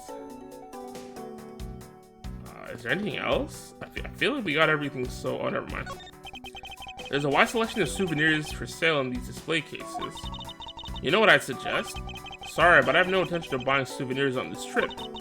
Okay, then how about you buy something for me then, as a present? I can't think of a single reason why I'd want to buy you anything. But I've had my eye on that pendant for such a long time. Try paying some attention to me when I ask you something and we'll talk. Damn. He said maybe do your job and I'll buy you something nice. There are all kinds of luxury name brand merchandise for sale in this display case. And they're lined up in just such a manner as to scream "Buy me" to any passers-by.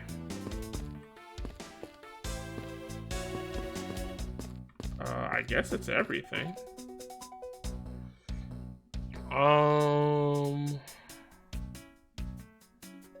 Was that Riz? I don't know. I feel like both of these people don't really like each other that much.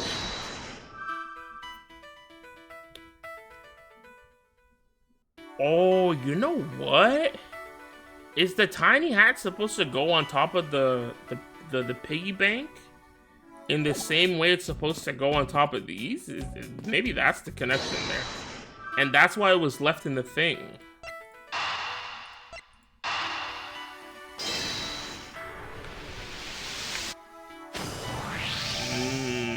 Okay. The hat probably used to be on the piggy bank's head. Let's give it a go and see.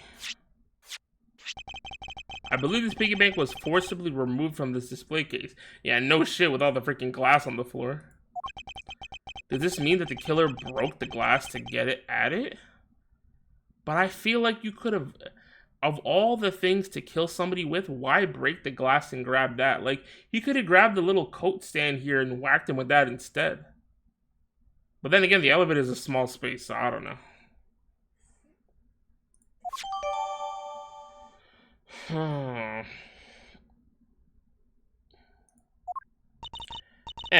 Really? Don't tell me you don't know what things go where in the shop. Well, I don't. This road is in charge of this place. So come on, how should I know anything? I sense that further inspection of this display case is needed. Okay. We can just do this. Oh, we can actually look at this stuff? Bruh, thank you. This is the same man as the one portrayed by the statues around the elevator. Oh yeah, what is his name? Ugo something? Yeah, that's a paperweight of the founder of GoU Airlines, Mr. Ugo Hughes. On the bottom shelf, we have the cute one. The middle shelf is the realistic one. And on the top shelf, that's the floral version. Floral? Are you sure about that? Let me guess, you just said the first thing that came to your mind, right? It looks like hit the bullseye. So this is supposed to be the cute ones? Oh, because that whole shelf is just done now. Okay. Nothing images here. Damn. The GoU Airlines related books line this shelf. The history of GoU Airlines. The future of GoU Airlines. The 7 wonders of GoU. Fight on GoU Airlines. Working name GoU Airlines. You go you. The titles make it very clear that they won't be making top sellers, the top sellers list anytime soon. Okay. Nothing for the purses? Glass on the door is broken. Perhaps it was the killer who broke it in order to take the piggy bank. But it's a bit odd that the inside of the case is so devoid of glass shards. Plus, the glass broke rather cleanly. Ah. Well, what is it? I touched the glass and it cut my finger. It hurts, Mr. Edgeworth. It hurts. Please tell me you can deal with such a minor cut on your own. Nah, freaking chamomile, bro. She's built different. Yo, what's up, Justin? How's it going? How's your day been? Hope you're having a good Wednesday.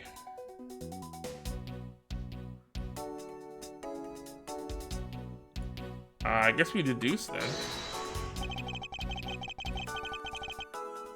Because, yeah, he makes a good point saying there's no glass inside. Because if they punched through to grab the thing, there would be glass. But what if, instead of punching through, the piggy bank fell out from the turbulence? And that's why the hat was still inside there. Eureka!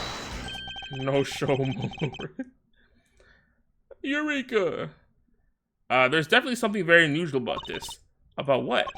If the killer had broken the glass to get at the Captain Ugo bank, there should be shards of glass inside the case itself. Oh, I see. Yeah, I guess it'd be like that. However, there's not a single piece of glass inside the display case. Nope, no there isn't.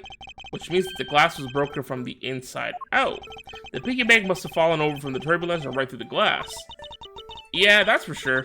There's so much glass all over the floor. I'm willing to bet that this hat was knocked off its head at the time, too. That's nice. Which leads me to believe that the killer took the Captain Ugo Bank from here after the turbulence. Okay. Makes sense. How you feeling about this plane, bro? This plane's sus as hell. I still want to know why the other flight attendant lied to us, bro. Like, what? Why? What did she gain from that?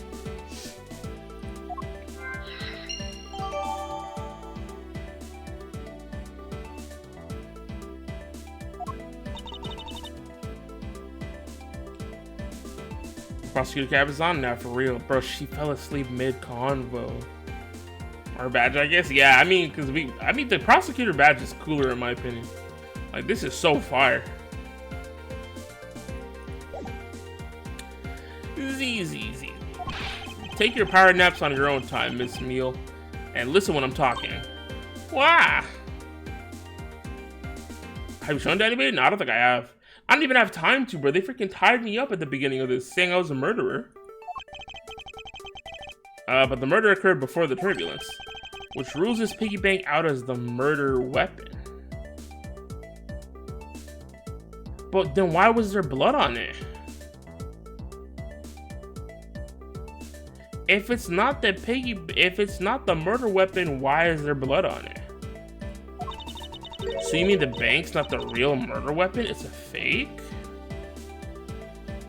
What if the other flight attendant put the bank there as bait to make us think that was the murder weapon? Nah, bro. What's up with the other lady, bro? Why is she moving like that? Yes, at this point, that is a very real possibility. But then what if the killer went to take Captain Ugo? Then they broke the glass by accident. The display case is locked, so that's highly unlikely. Yeah, but there's one person who could have, and it's the other flight attendant. Oh, and who would that be? Miss Rhoda, of course. I mean, she's the one in charge of this place, so she has the keys to everything. Miss Rhoda Teniro.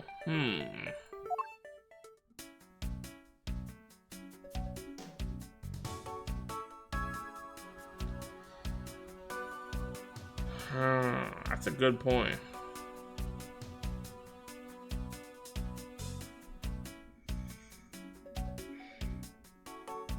I want Korean barbecue. Am I allowed to say something? Look at these KBBQers.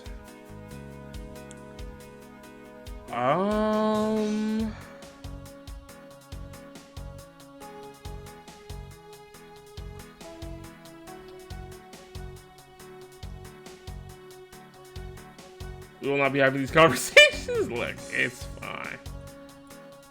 Oh, that's not what I wanted to do. There we go. I think KBBQ is a scam. Look, I get it. It's not that I don't like it. I just think it's crazy to go to a restaurant and then have to cook yourself. I'm kidding. Holy shit. It's just crazy. Because at that point, you could just go. I know it's the experience. I know it's the social experience, the social aspect of, hanging out, cooking the silly little meat, having, it literally friend girl slap 100%. But my thing is, you can have the same, if not a better experience, just going to the store, buying some meat, having a barbecue. Same fun times, more food, less expensive. The only big deal is you gotta prep the meat, or somebody has to prep the meat, versus them bringing you prepped meat already. That's my beef with KBBQ. Is it fun? Yes. Is it delicious? Obviously, everybody loves meat.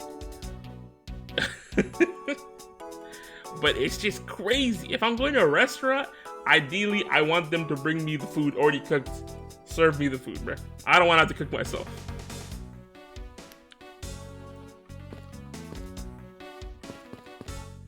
I guess we got a logic mode, huh?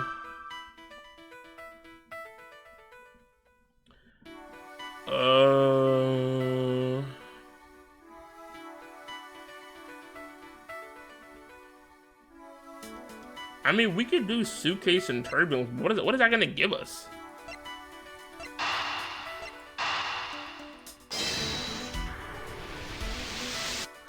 Ren girl swap is so crazy.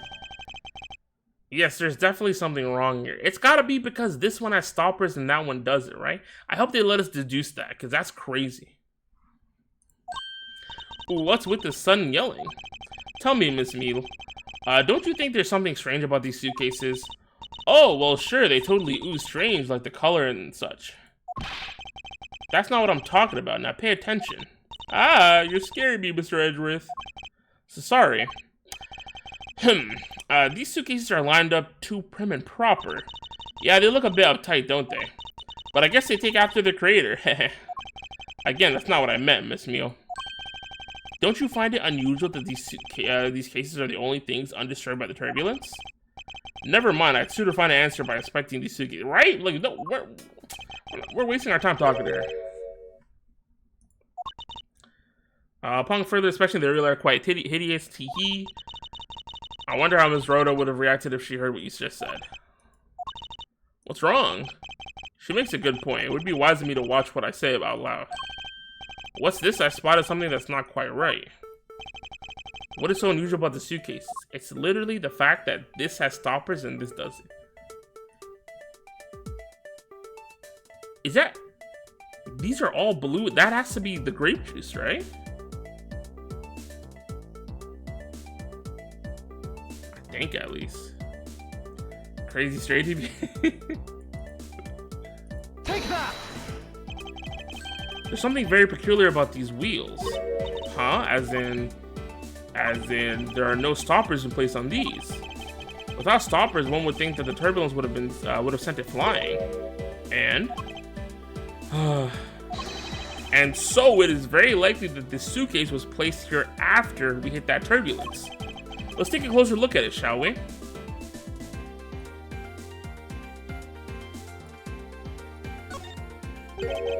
What's this? The wheel is completely covered in something. It's grape juice. Has to be. This color and this scent, it appears the substance in question is grape juice. But why would there be juice on the wheel of it? And why just one? Wouldn't it be all of them if they were pushed through the grape juice? Now, this thing is terrifying, though. I'm not gonna lie. No, she never had a communal oven? What does that even mean? He didn't? He told me? What's a communal oven?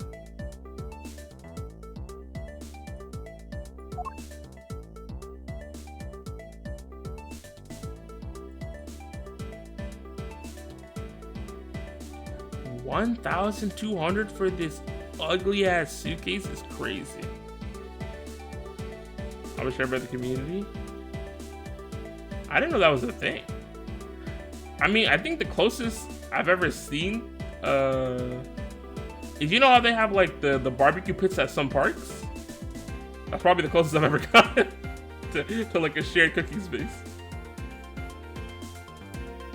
Graphic design is my passion? Nah, for real, bro. This is crazy. No tribes, no community? Dang. You're just gonna expose me like that? That's messed up. Not cool. That's why you hate Korean barbecue. I just think it's crazy that you go to a restaurant, you gotta cook for yourself, bro. That's all I'm saying. It's kind of crazy, bro. You can literally have a barbecue at somebody's place instead. He's not from my city, I don't claim it. I'm going to Canada one day. And I'm taking you to Korean. But I've been to Korean barbecue before. And I've said the same things while I was there to the people that I went with. I'm like, this is crazy that we're pulling up to a restaurant and we gotta grill our own meat.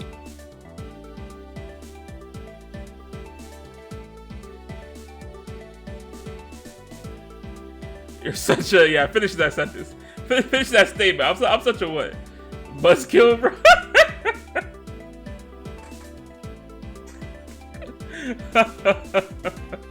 I thought you were trying to say something crazy. He didn't. I was there. Insane. How do I get out of this stupid thing? Didn't I already freaking investigate the wheel? This was apparently designed by Miss Tenure herself. The design has a certain je ne sais quoi about it. Yes, perhaps that's the best way to put it. We still gotta investigate this thing? Is it the price tag? No, it's not.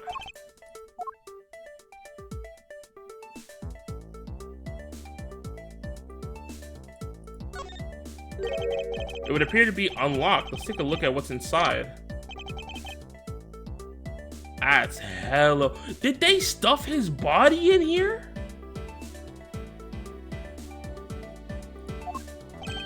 A piece of cloth, and it's soaked with blood. Ah, it's blood.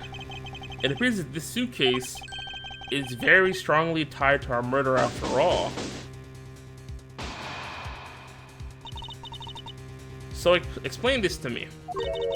What does this suitcase have to do with the murder? I believe it's pretty safe to say that the killer used the suitcase in some manner, such as to move something perhaps. But aren't you just talking about the cloth then? That alone is too small. A larger item would be needed to move what I'm thinking. It's gotta be the body, right?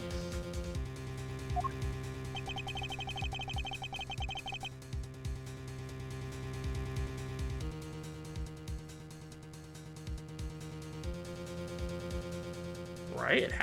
It has to be the body, right? Take that!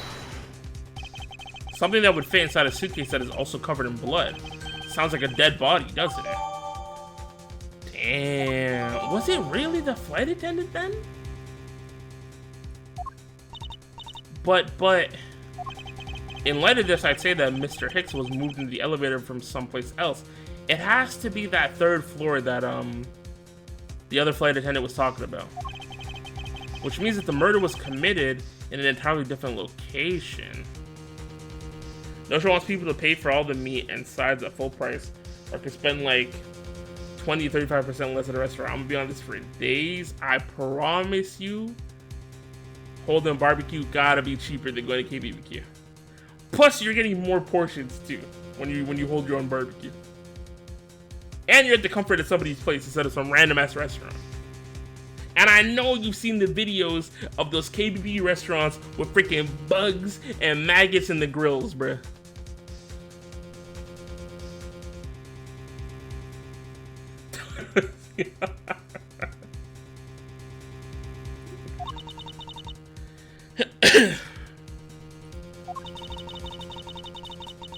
I ate his cooking and got sick, trust me. Insane. Bro, don't expose me like that. I believe it, that's crazy. So you're saying that after moving the body into the elevator, the killer brought the suit. Bro, why is Siri always trying to spy on me? You're not slick.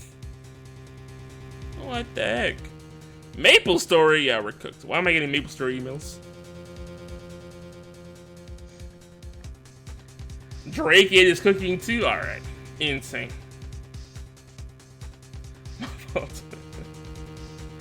The killer brought the suitcase in here and just left. Exactly. What is it? Nothing. Just that I was thinking about what Miss Rhoda said about coming here for something. And never came back to Toronto. Drake had to leave the mansion. Oh my goodness. Excuse me, Mr. Edgeworth. Oh, she's back. I wanted to give you a bit more time, but I'm afraid I wasn't able to convince the captain. Of course, because you're a liar, bruh. How are you going to convince anybody? She lied saying we had full access to the plane. I'm very sorry, Mr. Edwards, but the captain feels that he has allowed you ample time. He says that he'd appreciate if you could wrap it up here and return to your seat.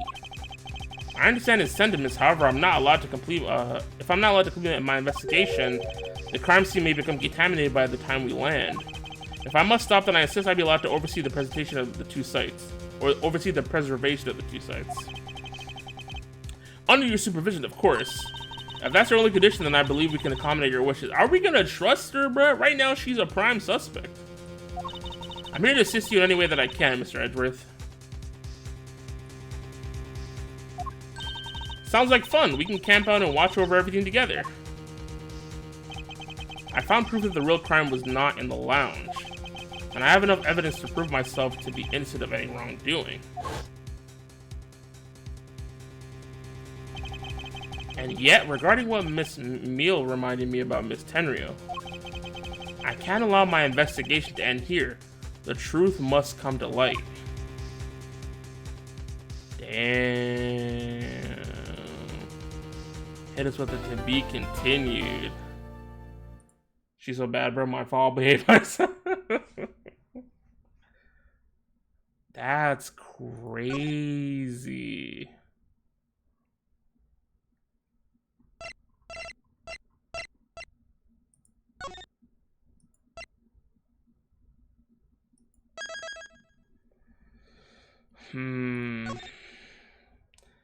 Also, y'all about to get hit with ads in like 20 seconds, so hold that. How long have I been live for? Are you finishing this episode today? I don't know, because usually the episode's got like 3-4 parts, right? I don't know if I'll be able to finish it, bro. We've been live for like, what, 2 hours already? Plus, it's freaking hot as hell, bro. I'm freaking getting cooked up in here.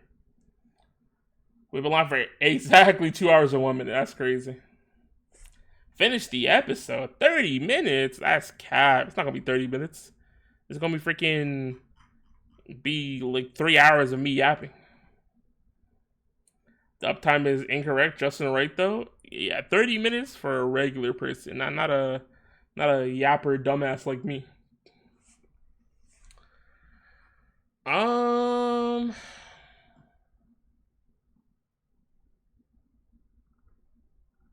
I mean, there's autosave, right? So, worst case, the game's pacing is different than Phoenix, right?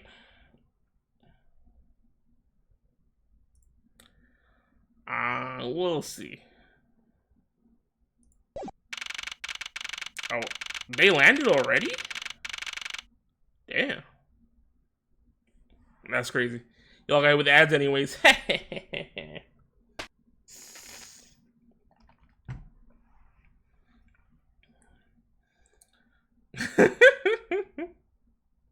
The ads. I didn't think they would land. Well, I guess they had to land at some point.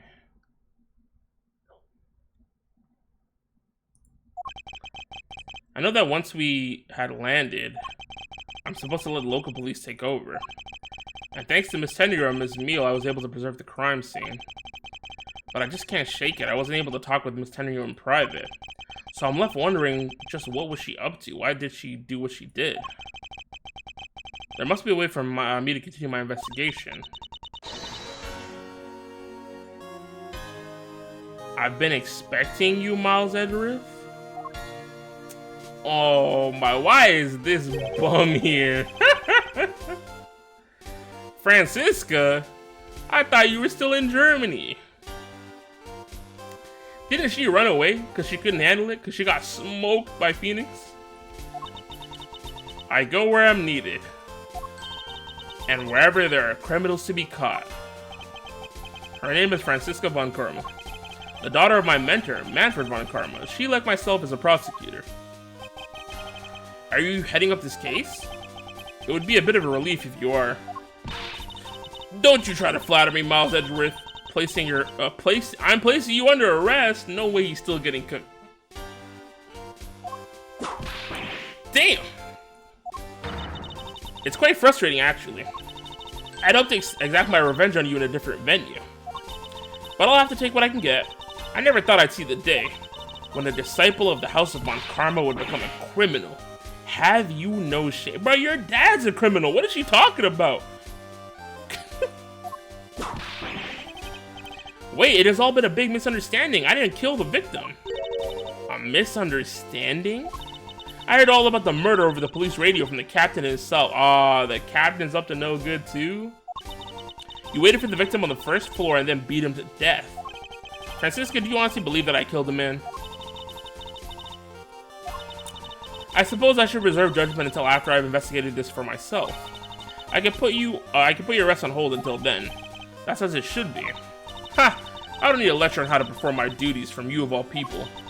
To be perfect in every way, the fulfillment of that creed alone is all that I strive for. Well, I have my own creed which I must fulfill, so why don't we solve this together? I have to get going. The crime scene awaits. Don't you dare leave town. Trust me, I had no intention to. Detective, yo, Gumshoe! Yes, sir! Too slow. Damn. I didn't even see you take damage because of your ads. 8 ads? Yeah, they cooked you. Listen up, I'm leaving you in charge of watching this man. Don't mess up, understand? Mr. Edgeworth, I'm supposed to guard him? A simple yes or no, detective. Ah, yes, sir. Understood, sir. You just leave it to me. Miles Edgeworth. If you interfere with my investigation, I'll arrest you on the spot. Are we clear? Now then, if you'll excuse me. Bro, it's so crazy seeing her freaking move around and actually whip people. Holy trio? Yeah, it is. And they definitely got the sibling antics for sure. I mean, they had the same mentor, even though for her it was her dad. Good to see you again, Mr. Edgeworth, sir. Boy, am I glad to see you're okay. Thank you, detective. I believe in you, sir. You can lean on me. I'll get you through this. I have to admit, I'm a bit curious as to what Francisca is up to. Maybe I should ask the good detective. Very well, in that case, I have a few questions for you. Isn't that that one dude? Looking from behind. I think I've seen this man somewhere before. Nom nom nom. In Soviet Russia, world flags, lunchboxes. Eat. Jade. What the heck? Found it, lol. Oh, I feel a wave of creative powers coming on. It's over 9,000 lols. For my next elite movie, it's gonna be the Steel Samurai Warrior of New Old Tokyo. I do remember him. I don't remember what case he was from, but I do remember him. Versus the World Samurai Champion of Earth. It's gonna rock swords. So many boxers. Oh god. So the Steel Samurai is finally getting a movie. And that's the guy that was on the plane with us. This man was in first class with me. He was quite shaken up by the whole affair. I did it. I made it the whole flight. I'm not scared of turbulence anymore. He must have been pretty scared. He's repeating the same thing over and over to himself. Lunchland. Oh, what the heck? They even serve them here? Not bad. I guess it's gotten big enough to warrant its own brand shops. What should I go with? I recommend our airport special, the World Flags lunchboxes, only available for a limited time. We have a variety of lunchboxes made up to look like different countries' flags. I wonder if they're aiming to take Lunchland to the international market. What have viewed the planes preparing for takeoff? Besides the turbulence, they're really not all that bad as a mode of transportation. This child seems to be happily enjoying the sight of so many planes. Wow, I'd love to take a run down that runway. Oh, the youth of today, so much potential, yet so misguided.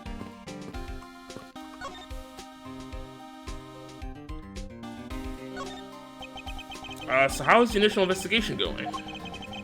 We shipped the body off to the coroner's office, and we're taking statements now, sir. That sounds like Francisca. She was always good at quick responses to a case. I'd say she was a little too quick, sir. Oh, how so? I rushed on over as soon as I got the word of the affair, sir. But somehow when I got here, Miss Von Karma was already here barking out orders at everyone. It was kind of creepy, as though she knew there had been a murder or something, and had come in advance to await your flight's arrival. That is sort of odd. She did show up rather quickly and out of the blue. Plus, I still don't know why she's here in America. There must be some backstory to all of this. Miss Von Karma just kind of popped up at the prosecutor's office about a week ago, sir. Something about chasing down leads related to a certain incident. No details? It's kind of top secret, so she can't talk about it even with me, sir. Knowing her, the only type of talking she likes to do is with her whip. Plus, I doubt the top secret part was stopped her from talking to you, detective. Although I wonder if her case has anything to do with mine. Anyway, that's about all the info I have, sir. We should find out more as we investigate.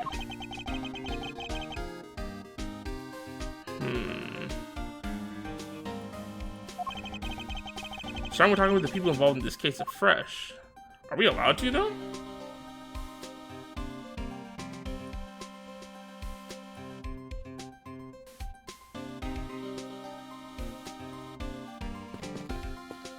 Because I thought we weren't allowed to leave.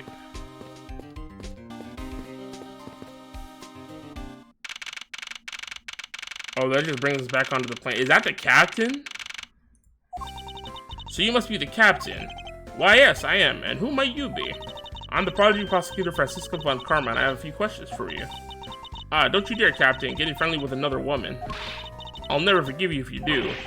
What are you talking about? We have eyes for you, my dear Cammy. Oh, they're together? Interesting. No. I would bet money on our dear captain to be much of a reputable person. Or I wouldn't. Sure you don't want to ask the captain some questions, sir? He was in the cockpit the entire time. I highly doubt he would know anything of use. Anyway, I like to leave that type of witnesses to Francisca and her whip. I just fell to my knees. Ah! How did he get whipped from here? And this guy is still tweaking, bro. He needs to calm down. He's gonna pop a blood vessel or something. Now see here. Ah! Sorry, sir. Sorry. Can you do his accent? I don't even know what he sounds like. How long do you intend to hold me? It is impossible for me to be the criminal, I told you. Mr. LeBlanc. Oh, it's you. Tell this man to stop stopping me from going. Time is money. I don't have even 1 second of wasteful time to spend. Yeah, bro, you be... Persona? Did you finish taking the statement yet? Yep, all done, sir. I do not concern if you're not done examining the cargo hold. That's what I was talking about, the cargo hold. Here's that. I want my cargo back. What's in this cargo? If you make a single scratch on my art, you will pay. Art? What sort of art? Mr. LeBlanc is an art dealer, so he's got a bunch of artwork down in the cargo hold. There's practically a mountain of them, large and small. From folk costumes to stone statues, I saw all kinds of arts. Folk costumes? Speaking of which, Mr. LeBlanc's hat. It kind of looks like the other piece of cloth. Oh!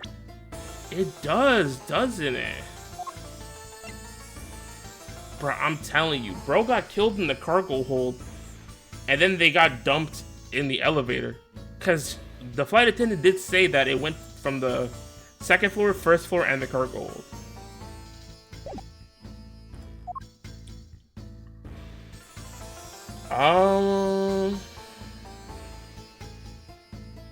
I guess we could show it to him and see if he recognizes it. Mr. LeBlanc, can you please take a look at this for me? Oh, it's Borginian cloth. As I suspected, your hat is made of the same material, I suppose.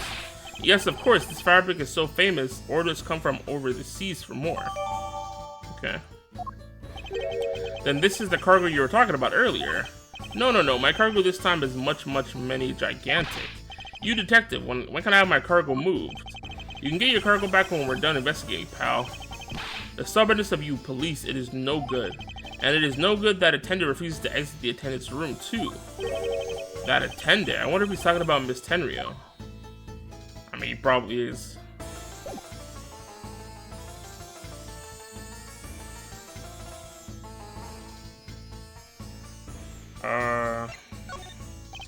What do you mean by that attendant, Mr. LeBlanc?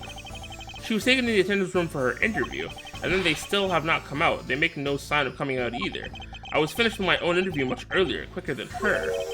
Why is Miss Tenryo's interview the only one that's taking up so much time? Because she's sus as hell. Oh.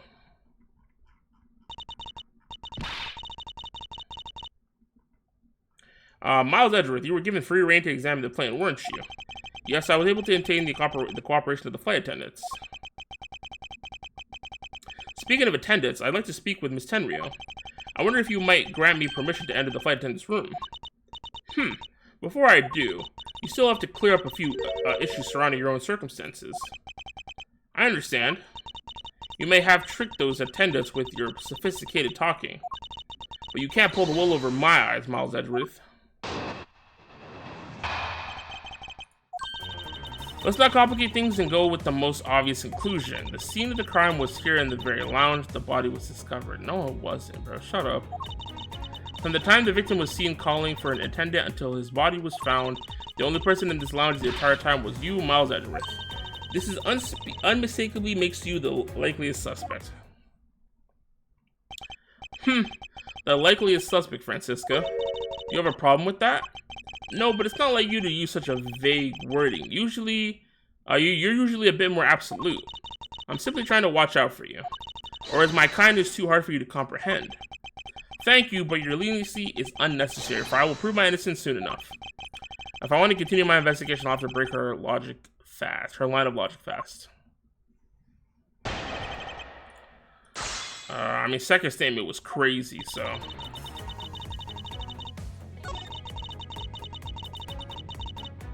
I think we can just show the suitcase, right? Because the body was literally in here.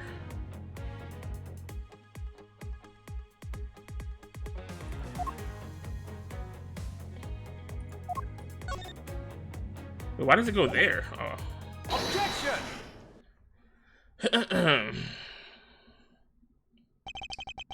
It would appear that you did not have all the information you needed after all. And what does that mean? I found a nice piece of evidence just before I was forced to stop investigating. A piece that proves that the body was moved from a different location. The killer used the suitcase to move the victim's body, meaning that the real scene of the crime is not this lounge at all. Objection! Now, who's the one rashly jumping to conclusions? Excuse me? All you did was find this piece of cloth inside the suitcase. Bro, there's blood in there too. It's not just a cloth. That doesn't prove the body was moved. It could be that the killer simply chose that suitcase as a place to hide the cloth. I expected you would come to that conclusion. It would seem I can't escape that easily. You should know better than that. Von Karma is perfect in every way. But did you know the killer definitely wheeled the suitcase around at some point? As if there's proof of that.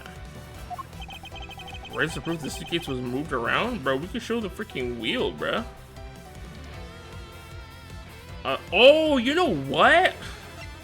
These lines are probably the suitcase lines. But wouldn't they be on more than one wheel instead of just one of them?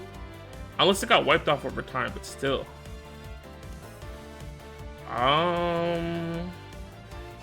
Take that! The spilled grape juice in front of the elevator. Yes, and I'd like to draw your attention to this area here. Where's the evidence that... Yes, it's literally right here.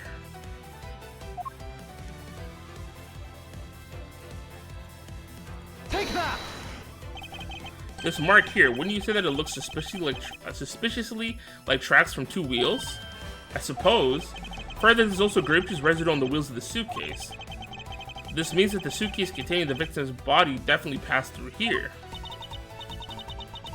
I suppose this means that the killer did move the victim's body from somewhere else. I'm glad you've come to your senses. Objection! Oh, brother, not so fast. This still doesn't put you in the clear, not by a long shot. You prepared yourself and acquired the piggy bank before the plane hit the turbulence. And then you waited for the victim in the lounge where you beat him to death. Then while you were in the elevator with the victim's body stuffed into the suitcase, the plane hit that patch of turbulence and out flew the body from within the suitcase. With no way out, you hastily put the suitcase back where you had taken it from and pretended to be the discoverer of the body. What the heck is she talking about? Not a bad bit of logic for something you thought of on the fly. Just what are you insinuating? That I will show you exactly how flawed your logic is. No matter how strong of a face you put on, not even you can hide your face from me. I'll expose the flaws in her logic in one fell swoop.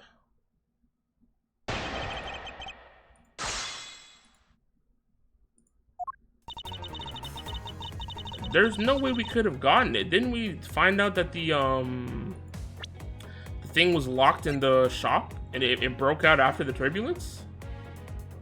Yeah, this popped out after. Objection!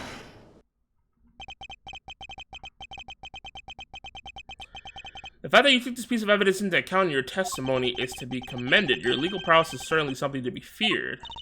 Evidence and logic, essential tools that those who would stand in a courtroom must learn to master. But what if there was a fake piece of evidence thrown into the mix? A fake? This Captain Ugo piggy bank is just a fake. This is not the real murder weapon. What? The timing of when the bank was taken from the shop is important, and it was taken after the turbulence had occurred. But then what about the blood on the bank? What do you make of that?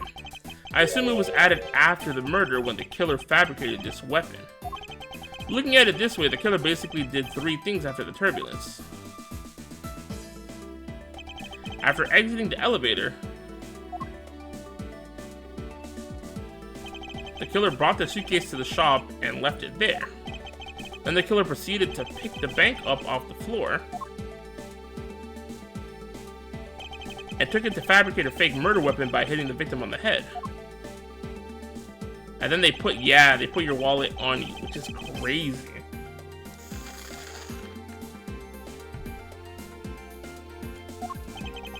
Everything was done so that I would be framed for the murder of Acme Hicks. You there? Yes, ma'am. Other than this piggy bank, was anything else resembling a murder weapon found? We didn't find anything in this lounge or in the shop that could be used as one, ma'am.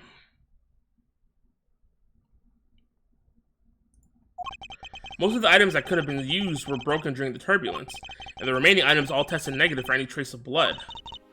I see. Well, my judgment to the previous, your stall tactics are at an end. But it's possible that it's just hidden somewhere, sir. Eek! If the criminal had wanted to hide the weapon in a safer place, I think the weapon would have been hidden in the same place as the bloody cloth. But I've dared why you out like that? I mean, he's getting accused again for being the murderer, even though he's not the murderer. I mean, we know he's not the murderer, but still. Exactly what I was thinking. Because the cloth was hidden inside that suitcase, it signals to me that the killer had not prepared a more secure place to hide the evidence. Which means that the real murder weapon is either still in the murderous personage, or is still at the crime scene.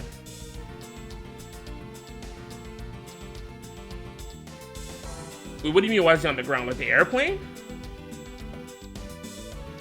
Because they landed after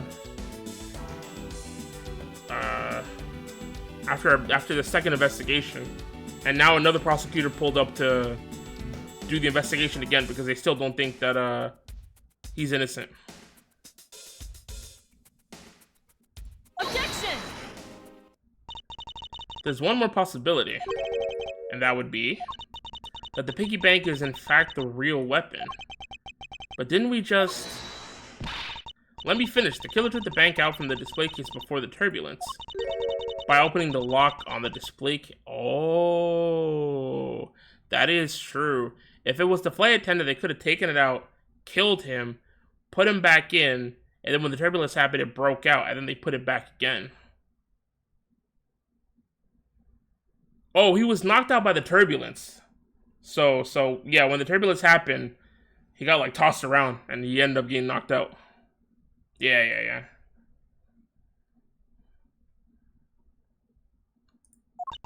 At least that's what we think for now. For all we know, it could have been the murderer as well, but at this point in time, we're assuming it's because of the turbulence. And it was at that time that the glass pane in the door was broken. I'd say that's a perfectly reasonable line of reasoning, wouldn't you? Let's see, so that means that the killer had the key to the display case. Francisca, the person you're talking about... Not so fast, I'm not finished. The person I'm talking about also committed another sin. She tricked the captain and granted you permission to conduct your investigation. Yes, it's the sin of lying. Oh, so is it really Rhoda? Speaking of which, I recall that you also wish to speak with her. Yes. Very well, permission granted, but only if I can sit in on your interrogation. Do we understand each other? I have no intention of interrogating her. But you are welcome to accompany me if you so wish. Miss Tender is in the flight attendant's room. Let's move. Dang.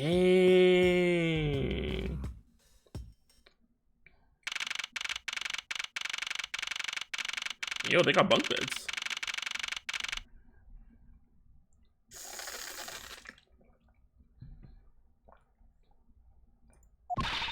So you're the one that poked around inside this plane without the captain's permission. Deviating from the flight attendant's manual is very unbecoming, you know. What were you hoping to accomplish by doing that? Miss Tenryo. Ah, Mr. Edward, you're here too.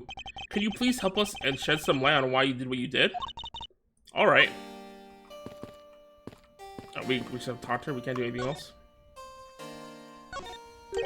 Why did you lie about receiving the captain's permission like that? Because I didn't think I'd be able to get his permission. What do you mean? The captain, he only has ears for Cammy.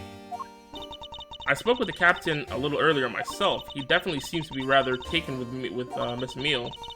Yes, and on top of that, I had mistakenly accused Mr. Edworth of being the killer. I wanted to make an amends. In that case, please allow me to thank you for what you did. Thanks to you, I was able to clear myself of all charges. Really? You were able to prove your innocence? Oh, thank goodness. Miss Tenryo, isn't it? There was one more thing I'd like to ask you. You were in the in-flight shop just before the turbulence, weren't you? Please answer honestly. Yes, I was. And why were you there? Well, why the sudden hesitation? Francisca seems to have struck a nerve.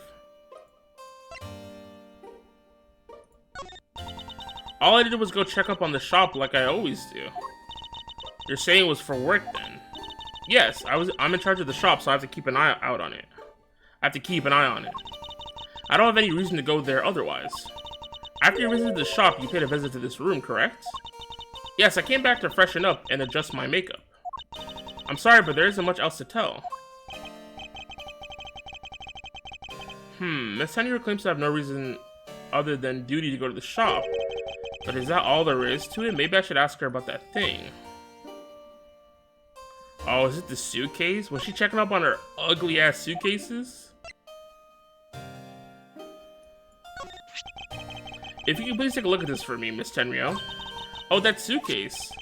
Yes, about this suitcase. You're the one who designed it, correct? And I think I figured something else out about it.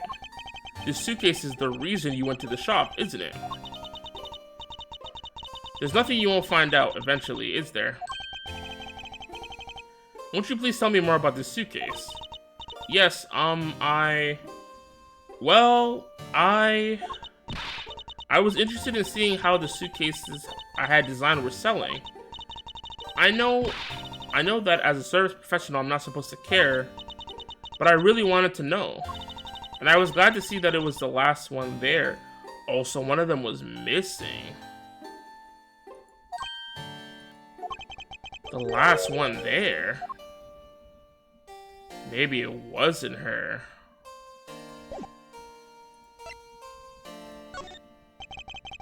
So you're saying, Miss Tenryo, that the suitcase in question was the last one? Yes, they're just so popular they're practically flying off the shelves. That's not exactly the impression I got. The one in the shop is most definitely the last one. Well, we're currently looking at that suitcase. Really? Then I guess we sold all of them. Thank you very much for taking the last one. I didn't say anything about buying it. Then say you'll buy it. I'm sorry, I can't. But why? I think it'd go great with your complexion, Mr. Edgeworth. It really suits you. Oh, she's just lying. I guarantee you personally as a service professional. Well, that is... How should I put this? It's hideous. What? Maybe that was a bit too direct. Moving on, my issue with the suitcase isn't the design, it's the number of them remaining. Remaining? There were 2 suitcases in that flight shop when I investigated it. 2? But that's impossible. I'm sure there was only 1. Looks like her story has generated quite the contradiction. When I left the shop, I'm positive there was only 1 suitcase left. Something is amiss here. What could be the meaning of this inconsistency?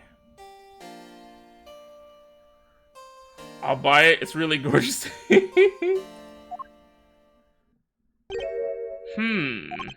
By the way, Miss Tenryo, what is one of those suitcases doing here? I thought you said there was only 1 left. That one is, it's mine. I've used it for a very long time now.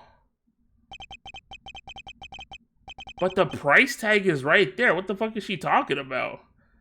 She used it for a long time. I think not. Miss Tenryo, I'd appreciate it if you wouldn't lie to me. Excuse me?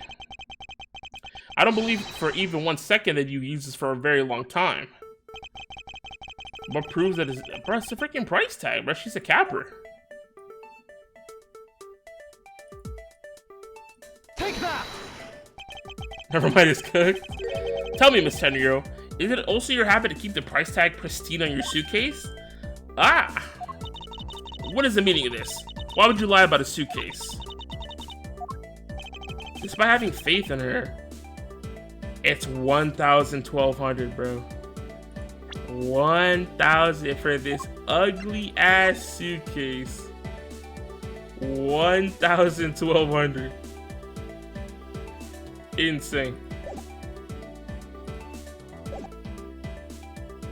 Despite having faith in her design sense, the sales numbers made her cry bitter tears.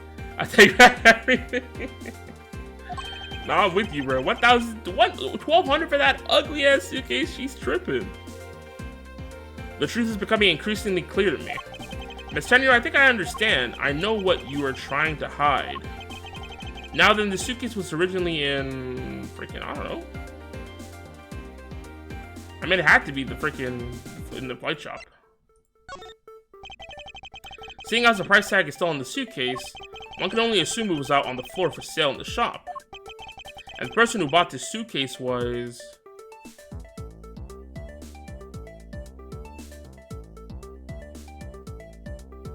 Was it her? Did she buy it herself? That's the only thing that makes sense, right? Bro, that's so sad. Was she buying the suitcase to make it look like it was selling? Take that! It was you, wasn't it, Miss Tenryo? I hate to say this, but this suitcase that you designed, it hasn't sold very well, has it? You saw how poorly this design that you poured your heart into was selling, and were deeply hurt. That's why you wanted to make it look like it was selling by buying it yourself. Isn't that right? And the reason you went to the shop and came back here was... I'm sorry. All I really have is my job. I was overjoyed when my design was chosen. I thought that maybe I'd finally accomplished something. But the suitcases didn't sell. It's because of the design, isn't it? All because it's, as you put it, hideous. I can't say they chose a great place in which to sell them either. We weren't selling a single one, and they were just sitting there collecting dust. I felt so bad about them, day in and day out. How many did they make, bruh? I can't believe it. Nah, she was really freaking view-botting, bruh. So I decided to buy one for every flight for every flight? No way! She was spending a band 200 every time she flew? Nah, she's dumb as hell. Even if she's not the murderer, lock her up, bro. You buy one every single time you fly, every single time you work a flight? Money into the furnace? For real. I see, so in order to keep your resolution, you went and bought one today as well. Yes, and here is my receipt for the purchase. This receipt is clearly timestamped 5:40 a.m. Okay. The truth is, there's still a bunch of them left unsold. They're planning to scrap the remaining ones at the end of this flight. Dang. Miss Tenryo, where are the other suitcases? They should all be down in the cargo hold. And the suitcase that the killer used could very well have come from the cargo hold, which I was saying the whole time, ever since the flight attendant told us that the elevator goes down there. That's worse than the killing she didn't do. Mr. Edgeworth, you don't think that the killer used one of my suitcases too? Nah, they 100% did. Yes, I do. The killer used one of your beloved suitcases to move the victim's body. How could they? Those suitcases were meant to be faithful partners to our passengers on their trips. Nobody wants to be partners with that ugly-ass suitcase. I'm sorry. That's all I ever wished for them to be. Miss Tenryo, is there any other way to get to the cargo hold other than the elevator? The only other way is just through that door there. And what about security? That door has no special lock installed because just to enter this room, you need a special key card only the crew members have access to. Which means that the culprit is someone who can enter this room, eliminating the passengers and leaving only crew members as potential suspects. I can't believe it. Yes, Francisca? Going on these wild goose chases, you're a disgrace to the Von Karma name. And what do you mean by that? The suitcase came from the cargo hold. That fact alone tells the whole story. Yes, which is why I said the culprit must be a crew member who used their key card. Miles Edgeworth, you're proposing the killer rode the elevator from the cargo hold, correct? Yes, that's the only realistic possibility. The other attendant, Miss Meal, I asked her earlier and she said she had this to say. Francisca got information out of Miss Meal? In order to make the elevator go down to the cargo hold, a different key card is required. A different one? Yes, and the only person who holds that particular card, oh, don't tell me it's Rhoda, is you, Miss Rhoda Tenryo. And only you. Ah! What is this true, Miss Tenryo? Yes, I keep the key card in my locker at all times. Could you please show us the card right now? Okay, if it was in her locker, someone could have stole it. The hell? They're acting like she had it on her body at the time. Yes, hold on. And it's not gonna be in there, right? It's gonna be stolen. I don't believe it. What's wrong? The key card, it's gone. Of course, of course. Ha ha ha. Very clever. Pretending that your card was stolen when in fact you're just trying to hide it from us. You've really thought this through. Well, wait, it's not like that. You can tell us all about it, what it's like down at the station. Officer, arrest this woman. Yes, ma'am. Mr. Edgeworth. Or she's cooked. Is that it? What's wrong? There's disbelief written all over your face. Francisca, I know that you are the lead investigator on this case. However, hold it. Don't even think about wasting any more of my time. You know the rules as well as I do. Evidence speaks louder than words. Even if this isn't a courtroom, that basic tenet still applies. I intend to investigate the cargo hold now. What will you do, Miles Edgeworth? I intend to do likewise. Dang.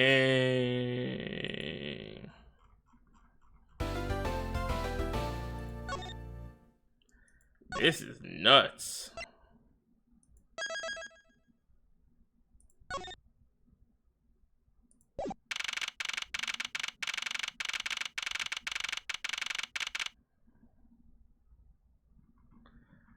Okay. Wow, so this is the cargo hold, huh? Look at him running around. It's so big. And there's a suitcase missing here, so rip. Things are already crazy. This plane is a special model. It has both a super large cargo hold and an ultra luxurious first class seating. So is this the real scene of the murder? There's certainly a high probability. Oh, there is certainly a high probability of that, which is why we're here, correct? Okay, let's get investigating, sir. Okay, off rip, we gotta see the suitcases. Holy suitcases, Mr. Edgeworth. It's like an all-you-can-use suitcase fair. Wait, that fast? Yeah, he sprinted down the stairs, right? This might be all the leftover ones they couldn't sell. The ones the company's planning to dispose of after this fight is over. This paint job is really cool, don't you think? It practically screams artsy. Oh, why not purchase one then? I'm sure it'll bring you much happiness. You think so? Then maybe I will. Let's see here. $1,200! I think I'll pass. And Miss Tenryo wonders why they don't sell. You'd need 2 jobs just to buy one. Although it definitely looks like one is missing. What is this brittle substance I'm stepping on? Glass! It has to be glass from the freaking shop.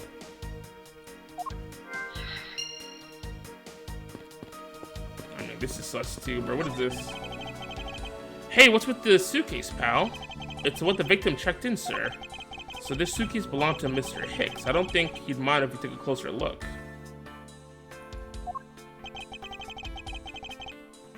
There's nothing out of the ordinary in here, sir. Wait, a file? And there's a photo of Miss Von Karma in it, sir. It looks like a profile on Francisca. Why would he... What the heck? Why would Mr. Hicks have had a file on her?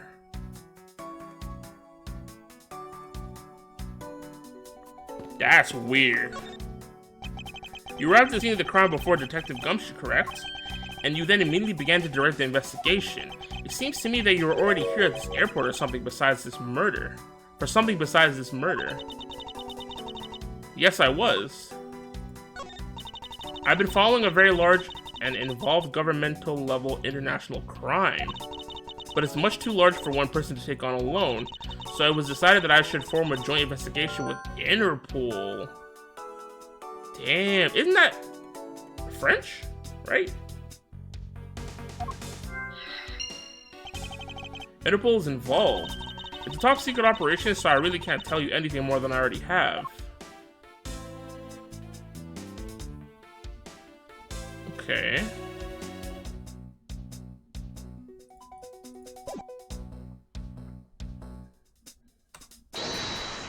Yeah, France. Okay. Oh, I guess the broken glass was from the glass was from here. You're Canadian, you should know. Bro, France don't mess with us like that.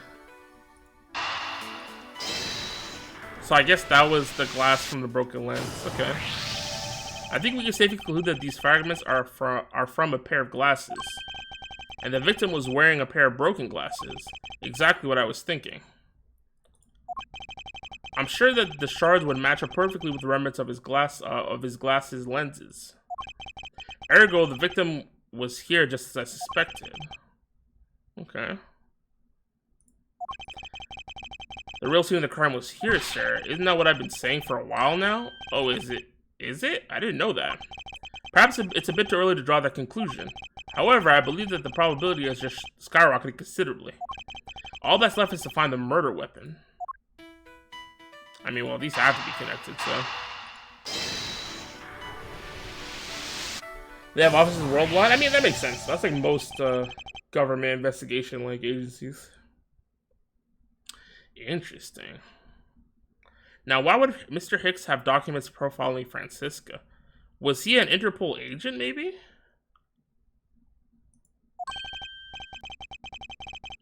Oh, I know. I bet he's a big fan of Miss Von Karma, sir. Francisca said that she had come to this airport as part of an Interpol investigation.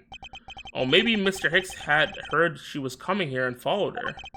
Detective, I think it's more likely that Mr. Hicks was in actuality an Interpol agent, and he was probably going to link up with Von Karma to work together, is my guess.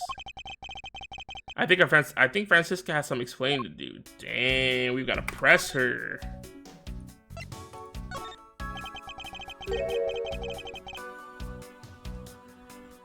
You came to this airport to rendezvous with the victim, didn't you?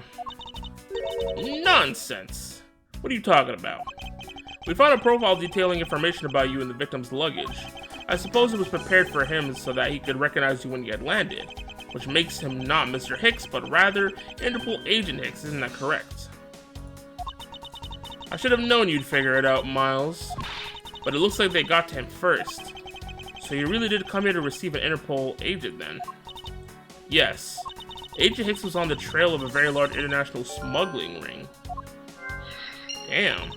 He went undercover to investigate this crime, and it was I who put him on this case. I was supposed to receive a call from him on his cell phone, but his cell phone got stolen once he had landed. I never expected to receive a call about his murder instead. I think we now have pretty definitive evidence that Agent Hicks came down here to the cargo hold. But what was he doing down here? Maybe he was making the call here. There's nothing but luggage. Oh, I get it. Maybe he forgot something in his suitcase and came down to get it. Ow! I think this is the last case I played in the Edgeworth games. Yo, what's up, Phoenix? How's it going? How's your day been? Everybody good? Wednesday. Agent Hicks came here for a work-related reason, of course, of that I'm sure. Yes, I'm sure he was here to investigate the smuggling operation he was observing. Francisca, do you know exactly how he intended to pursue his investigation? No, unfortunately, I was going to find out from him after he landed. I see, but this raises another question. A normal passenger can't access the cargo hold on their own. Agent Hicks must have identified himself to a member of the crew and entered the cargo hold with the person who let him in. Yes, and then he was murdered here. These glass fragments and his broken glasses are a testament to that. And then the killer put Agent Hicks into one of the spare suitcases, and they entered the elevator. But while they were riding it up, the turbulence happened. The plane hit that patch of turbulence. Because of the intense shaking, the suitcase popped open and Agent Hicks' body flew out. At the same time, his wallet fell out of his pocket, spilling its contents everywhere. Which explains why there was money scattered all over the elevator floor. And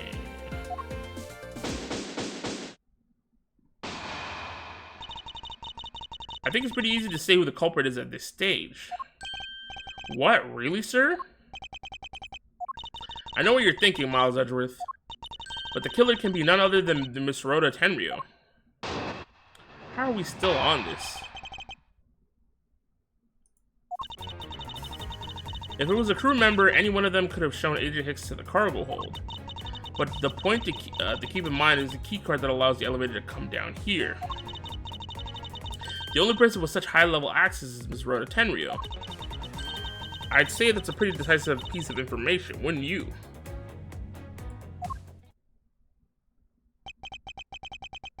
I know what she's trying to say, but I'm not certain it's as simple as that. I mean, we don't know if she had the card, but someone actually could have stolen it.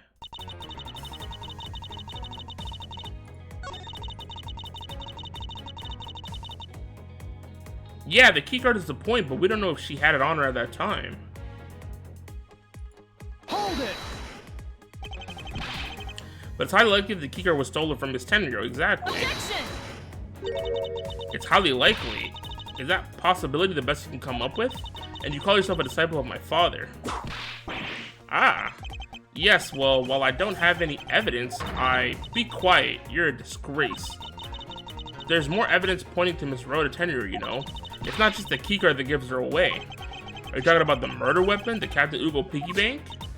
Yeah, she's also the only person with a key to open that display case. I mean, that is true.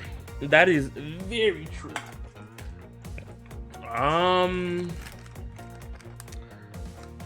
Yeah, I don't know. I don't know how to freaking refute that.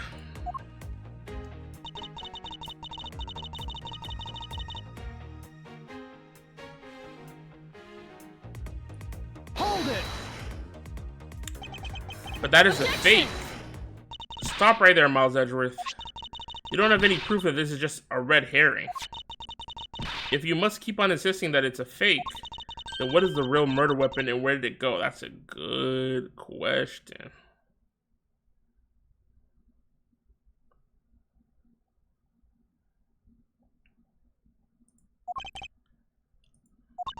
Speechless, I see. That's not a surprise. After all, you know that we've searched the entire cargo hold and came out empty-handed. There must be a way. There must be something that can help me rule out the piggy bank as the murder weapon. What should be examined further to certain us the... I don't know, bruh. The piggy bank, the crime scene, the body?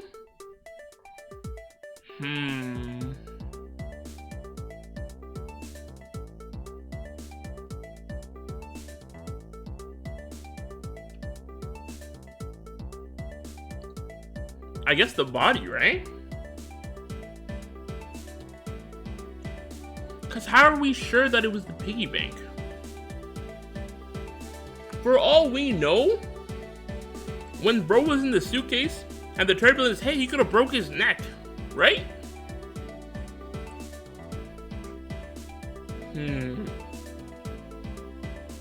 It's gotta be the body.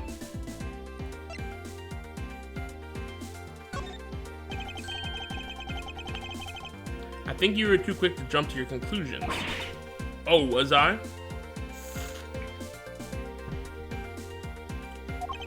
Yes, we don't even have the exactly. We don't even have the autopsy results. How can I not say that you made a snap judgment when we have yet to even see if the wound on the Agent Hicks' head is consistent with the murder weapon? Scruffy. Yes, sir. Contact the medical examiner's office at once. I wish to hear the results of Agent Hicks' autopsy. Yes, sir.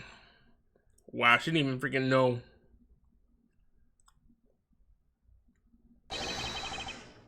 We've got a big problem, Mr. Edwards, sir.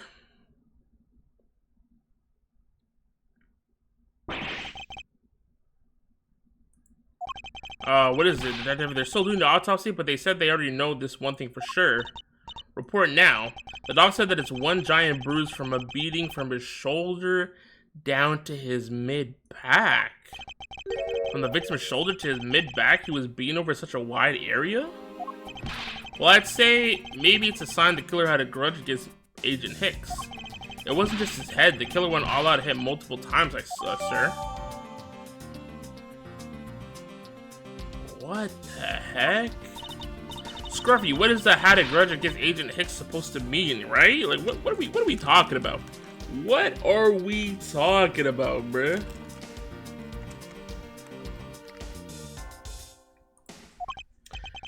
Well, that's, was the wound on the victim's head consistent with the murder weapon, detective? Oh, well, they said they were still looking into that, sir. You're completely useless. Yo! Sorry, I told you already. You can't go down there. No, you remove yourself from my way. What is all that racket? Of course it's him. My luggage, my cargo, they're mine, and I demand you return them to me. We're still investigating the cargo hold. Please understand and have a little patience. I suppose there's no choice. Bro, you about to sucker punch him. I think he gave, hey, what are you? You left me no choice but to use strong force. Arrgh! You won't get past me. Oh, he's dead. It's over. It's over. He's done. He's gonna die like this. What if that's how the other guy got killed? What if he got pushed off the railing? Wait, that's it. So that's what this whole thing has been about. There's a matter of the key to the display case that held the murderer's bank. After all, you know that we've searched the entire cargo hold and came up empty-handed. There's no weapon because he got pushed off the stairs. That's crazy.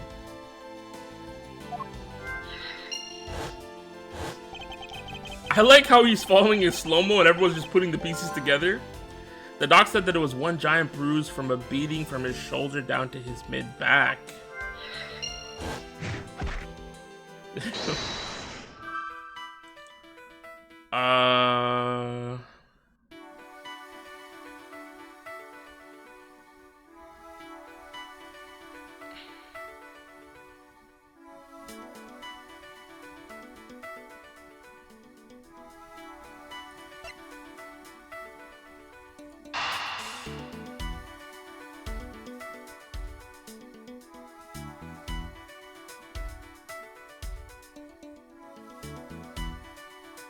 Does it have to be this?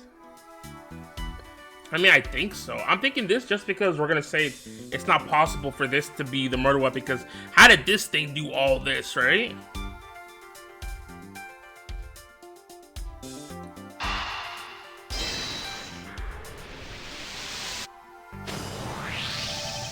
Allegedly, the killer struck the victim many times over, which is why there's an extensive bruising over such a wide area. But is that really the correct conclusion to draw from the evidence? The bruises from his shoulder to the middle of his back is one continuous mark, which is more suggestive of a single blow to the back. If that's the case, then the piggy bank is much too small to have caused that. Therefore, the murder weapon must be something far bigger.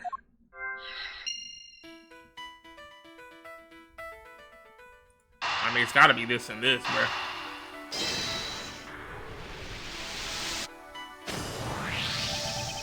If we're looking for a rather large weapon, what do you think? You'd think it would stick out, but so far we haven't found anything that resembles a weapon of any sort. Perhaps, just perhaps, it's something we all overlook. It's probably the cargo, isn't it? Like one of these giant big things, bruh. because normally it's too impossibly big to be taken into consideration. What was that all about? What was he trying to jump his way? Was he trying to jump his way down here? Francisca. What? What do you want? I found it, Francisca. I found the real murder weapon. You did? He really jumped. I like how Gumshoe's the only one concerned. He's like, bro, is that guy okay? He freaking jumped off. We didn't realize it until now, but the answer has been right in front of us this whole time. He might be hurt. We should go check up on him, sirs. There's that pompous attitude of yours again. You should learn to drop that habit. This coming from a prosecutor with a habit of whipping everyone she comes across. Anyway, if you really are a prosecutor, then you'll back yourself up with evidence. You two aren't listening at all, aren't you? Come on then, show me this real murder weapon. I mean, we don't really got anything. I'm not gonna lie to you.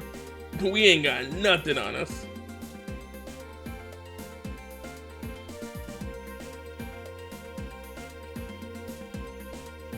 But if we're assuming he fell, then we just say he fell. I don't have any evidence to show you. Foolish reasoning for a foolish fool from a foolishly foolish fool meant to fool me. But that's our classic, man. That's our go-to. What do you mean by I don't have any evidence to show? Perhaps I should have phrased it as that which caused Agent Hicks' death is incorporeal. Now it's bars for real. Forgive me, but I do believe I figured out what the real cause of death. Bro fell. The victim fell from a great height and subsequently died as a result. In other words, the real cause of death is free falling to the ground. He fell to his death? Yes, this is the only plausible possibility. The victim has extensive bruising on the back of his head and his back, and the only rational explanation for his injuries is that he fell to his death. The murder happened inside this plane. I know. Are you claiming that there's some place in this plane from which he could have fallen from? As I said earlier, the answer has been right in front of us the entire time. You can't mean... Yes, I do. The victim fell from the top of the stairs to this very cargo hold. What? Then... We're in trouble. We may have a second death on our hands, sir. Hey, you, tell me you're a dead pal. You aren't dead, pal. Quiet, why are you screaming? He's alive. And there you have it, Miles Edgeworth. It's not possible that Agent Hicks fell over the railing to his death. That man is living proof of that. I suppose it's true that it's not possible, given the current circumstances. The current circumstances? What is that supposed to mean? Suppose that large piece of cargo wasn't there at the time. What would have happened? He would have been a Virginian pancake for sure. I suppose that man over there wouldn't still be breathing. But the reality is that cargo box is there. So there's no point in entertaining your wild hypothetical scenarios. It may be there now, but there's no proof that it was always there. Huh. As if there could have been a window of time when the giant box was not there. But there was. What? What can I use to show her that it's possible the box was not always there? I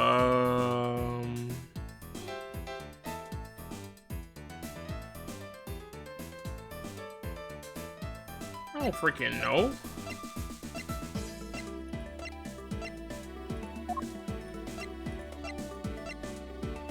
Oh, they did make a stop. You're right. And I guess at that point they could have put cargo in, because they did say there was stuff going in and out of the cargo hold. Take that! You refueled in the Republic of Zhangfa? Yes, this flight had a short layover in Zhangfa in order to refuel, but that wasn't the only reason for the layover. We also transferred some cargo. What if the box in question was only transferred onto the plane at that time? To further prove my point, let's take a look at what's next to the box in question. Ah, it's labeled Zhangfa Express. Correct. meaning it was loaded onto the plane in Zhangfa. Okay. Now, what if the box in question was also loaded on at the same time? It would mean that the box was not here in the cargo hold during the Europe to Zhangfa leg of the flight. Also, y'all about to get hit with ads in like 40 seconds, so have fun with that. Making a clear drop from which Agent Hicks could have fallen to his death entirely possible. But your theory is still very far-fetched. Then allow me a chance to prove how very likely my scenario is. How's he gonna prove that? My first order of business will be to examine that piece of cargo in more detail. Oh.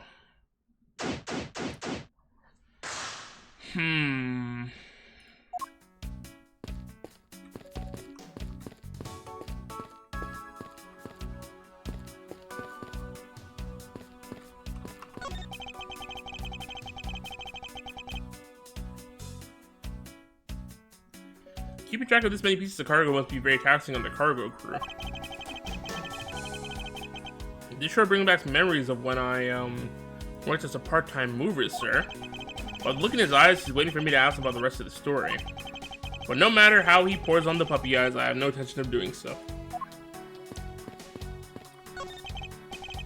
I'll miss you guys. This is a rather large piece of cargo. There's a tag on it, sir. Let's see. I live for Red Statue. Never heard of him. Nor I, but all I care about is if we can prove it wasn't here at the time of the crime. Let's get investigating, sir. Oh man, this guy's tweaking again.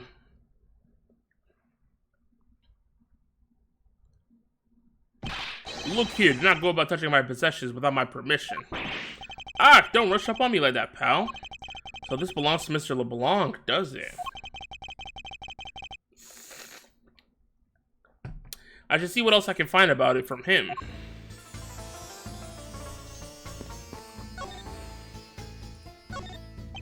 I take it this large piece of cargo belongs to you, Mr. LeBlanc. Of course it's mine. I shipped this fine piece of art from Europe.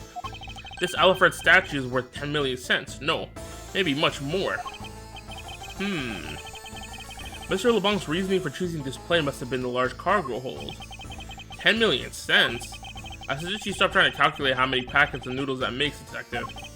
Darn, how'd you do that? I feel like you keep getting better and better at seeing right through me every year. Though I grow with each revolution of the planet around the sun, I have the distinct impression he continues to madly spin in place. Hey, Mr. Edwards, so that 10 million cents, is that in euros or in dollars? Does it really make a difference to our case? Mr. LeBlanc, there's a chance that your cargo is related to our murder case. I was wondering if you would allow us to examine it a bit closer. It is a very valuable piece of art, so no, there will be no touching. Okay.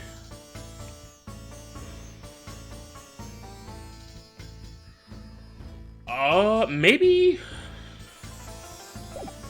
Hold on, let me first see if there's anything else to investigate. Because if not, then it's got to be more logic mode stuff, right?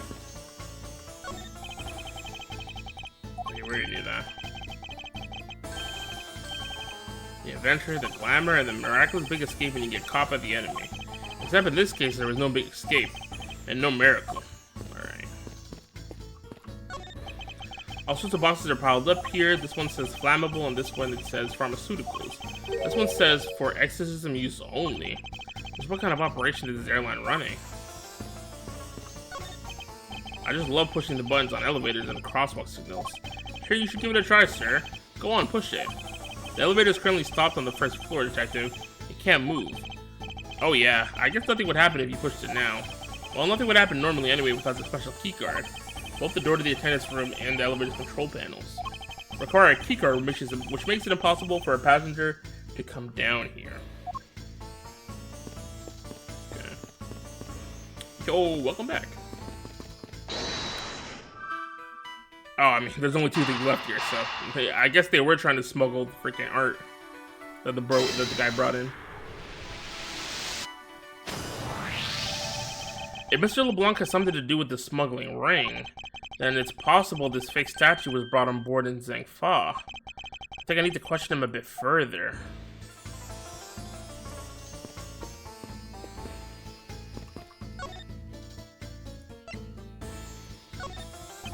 About your statue, Mr. LeBlanc. I wonder if it might be a fake. What? How dare you say my art is fake? I suspected your statue might be the target of an international smuggling ring. Don't say such fantastical things, those thieves would not dare. I have the certification of my cargo right here. Do you mean the cargo certification document? Mr. LeBlanc, why didn't you say so earlier? Please show it to us at once.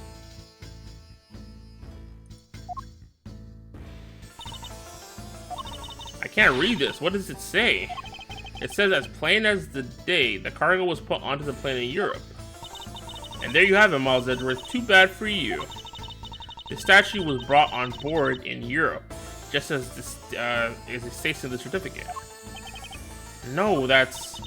Which means there was never a window of time in which the statue wasn't sitting there. Damn, were we cooked?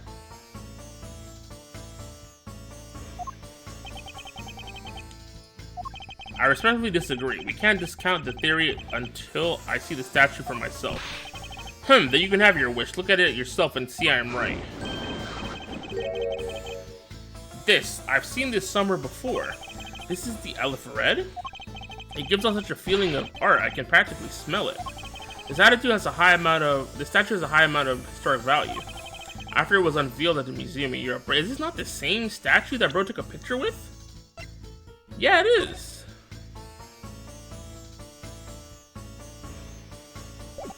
That's crazy. After it was unveiled at the museum in Europe, I brought it to this country to exhibit it. Okay. Wait, does that mean there's differences between this and this? Hold on. Yeah, he got cooked, bruh. That shit had yellow eyes. This shit has freaking red eyes. This thing has more teeth than the other one had.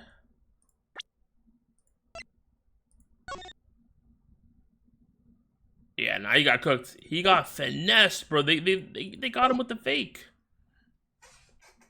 I believe a closer look is warranted here.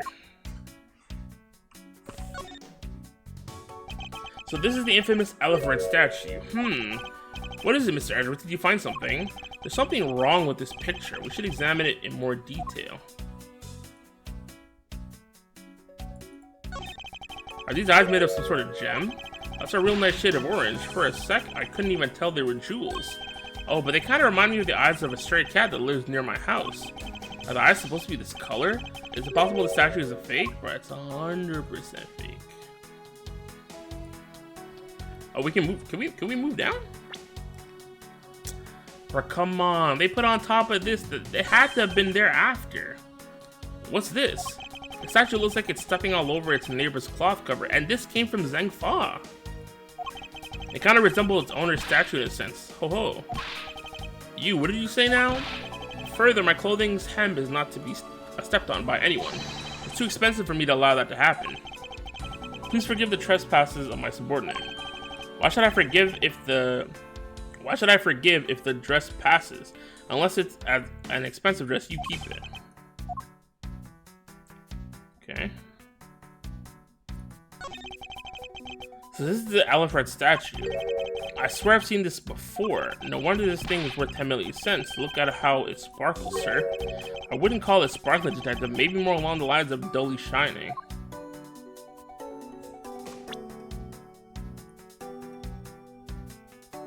Did we get everything?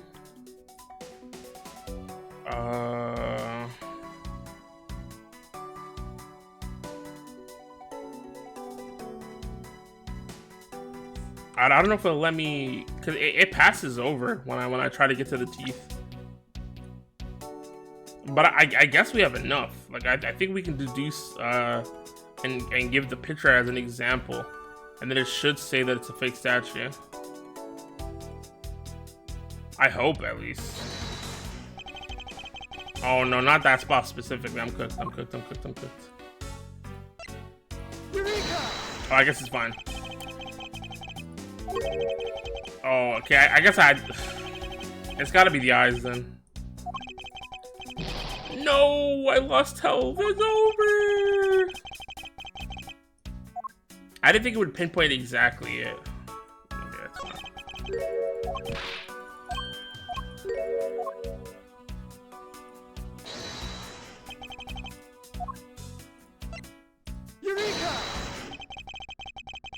Okay, there we go. These eyes are awfully orange, don't you think? Yeah, and pretty. They remind me of sunsets when I was in grade school. Now we're fine. I don't think you see what I'm talking about. No, I do, but it's really like the color of the sun when it's setting, sir. Ah, the memories. I remember standing out in that field, spinning with my arms out until I fell ill. I don't care about sunsets. Focus, detective. What color are the eyes in this photo? Huh? Ah, sir, they're red. As I thought, this statue is a fake. Mr. LeBlanc, what do you want? Do you not know how busy do you not know I am a busy man? I allow you 2 seconds for your answer. The Isle of Red, I suppose this is your pride and joy, is it not? It is the biggest trophy on this European trip. Do you know why I wanted to possess this statue? The trick started 17 years ago. Better grab a chair, sir. It sounds like this is gonna be a long story. Yeah, holy yeah, for real, bruh. Mr. LeBlanc, I regret to inform you, and you have my heartfelt sympathy, but... What is that? Sympathy for what? You'll see, I'd like you to compare the eyes. The large fellow there has very bright and pretty eyes compared to you. I wasn't talking about the two of us.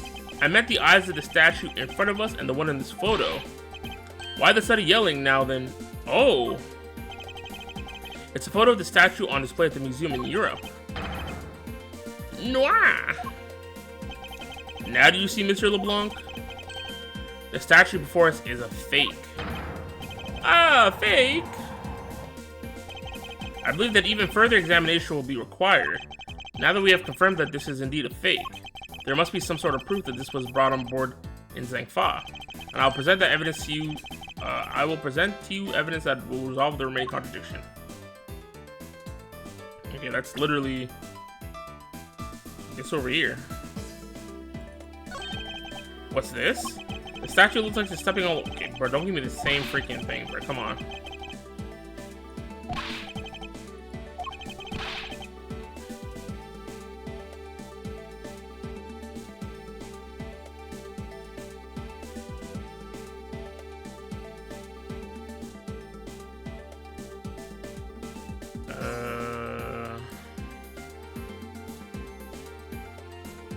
Alright, I guess we just deduce it, huh? Okay, blah blah blah blah blah blah blah blah blah.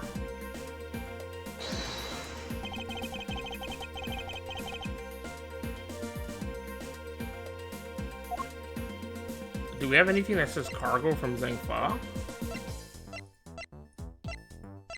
Oh, there we go. Eureka! There's clearly a contradiction here. What are you going on about? It's just a simple case of cargo covering getting stuck under another piece of cargo. Ah, that's not possible. But it is. It shouldn't be this way, but the statue's on top of the cloth. Supposing that the neighboring piece of cargo was brought on board in Zhangfa, there's no way that any part of it should wind up under something from Europe. Which means that this fake statue was smuggled on board in Zhangfa. But then what about the cargo certificate? Let me ask in return, what about Agent Hicks? Why did he come down here in the middle of the flight? There's only one reason why, to secure proof of a smuggling activity on board this flight. So you say, but I don't believe he had to do that mid-flight. We could have just easily inspected all of the cargo after the plane landed. That may be true, however, you have it backwards, Francisca. Sure, Agent Hicks could have waited until after the plane had landed, but he had a reason for coming down to the cargo hold. Suppose he had found the fake at the airport. It would have been after the swap had occurred. At that time, the suspicion would naturally fall onto the statue's owner, who would have no way to prove that the statue was switched without his knowledge. Which means there's someone involved who is forging or modifying cargo certificates. Damn.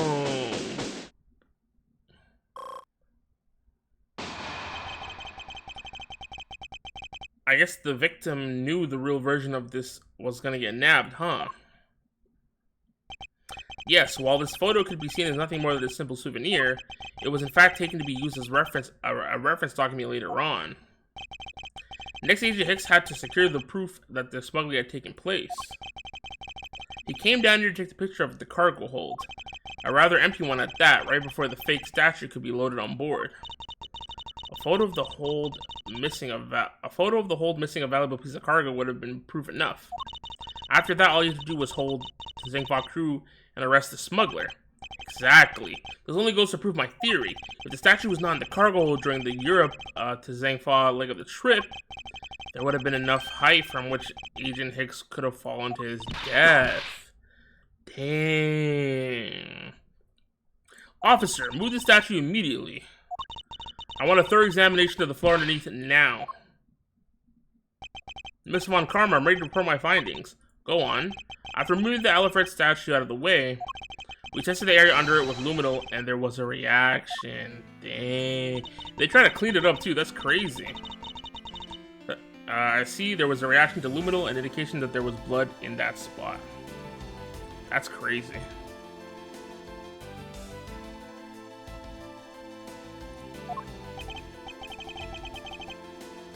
Can we stop looking at it now, sirs? It would seem that my deductions were correct after all. I suppose it would appear that way. The culprit cleaned the blood up well. And how do you think the killer did that? How did they clean it up? Freaking, I don't know. How the hell am I supposed to know? Oh, with freaking the stupid cloth. I'm dumb. Take that! The killer used the bloody cloth I found inside the suitcase to clean up the mess. I see, they had a need to clean up all the blood before the plane landed in Zhangfa. Yes, because otherwise the cargo crew would have discovered it during the layover. So you guys are saying that the murder happened before the plane landed in Zhangfa. There's no other conceivable timeline for the events of the murder. Probably. But if that is true, then that throws a certain person's testimony into doubt. If the murder occurred before we landed in Zhangfa, then this becomes highly suspect. It's freaking what's her face? The chamomile lady. Recall Miss Mealy's testimony about Agent Hicks in regard to when we departed in Zhangfa. Azamastre sitting in exact. You're a capper. We caught you. So she's the killer. I wonder why she killed him. Is she really an art smuggler? She claims Agent Hicks was alive at the time of the service calls, but that totally contradicts the facts, sir. But why would she lie about something like that? I think the only person who can answer that is Miss Mealy herself. Dang. Now we gotta go press her.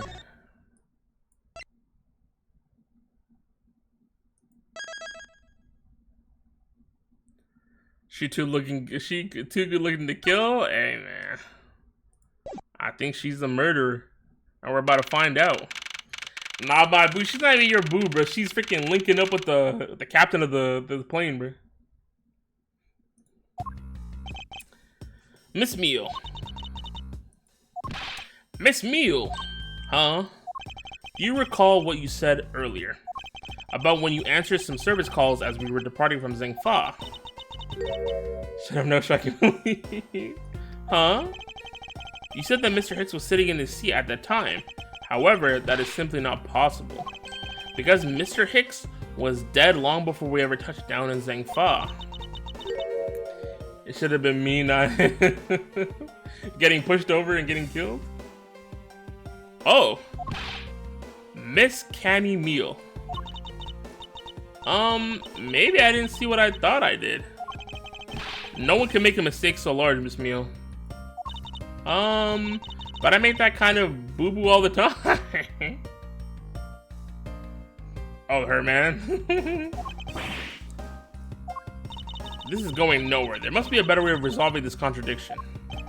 Very well, Miss Meal. If you please, tell me about your alibi during the time span.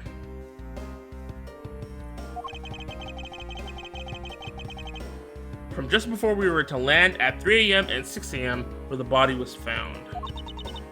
Are you telling me I'm a suspect, Mr. Edgeworth? Bro, just give your freaking statement, bro. Yeah. From 3 to 4, I was in the flight attendant's room all by my lonesome self. Yeah. And from 5 to 6, I was in the flight attendant's room all by my lonesome self. It's like the worst freaking testimony ever. How's a man supposed to react to a testimony like that, right?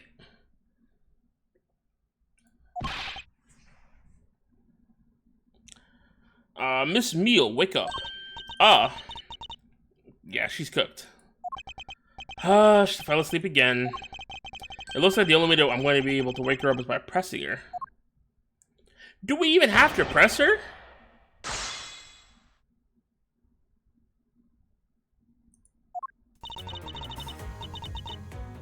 I feel like we can... Okay, well, I don't know.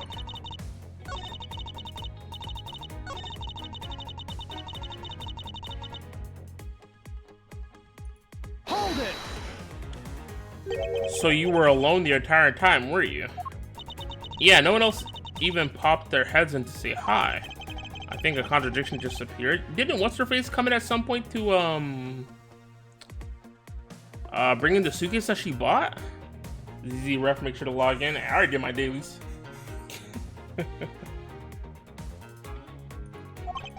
What should I do? Should I raise an objection? Of course. Miss Meal, there's a clear contradiction embedded in your testimony.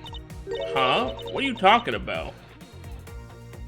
Yeah, bro, they be giving out bonuses for every character. It was freaking crazy. I didn't know they were doing another, like, 7-day thing for Chufufu, too.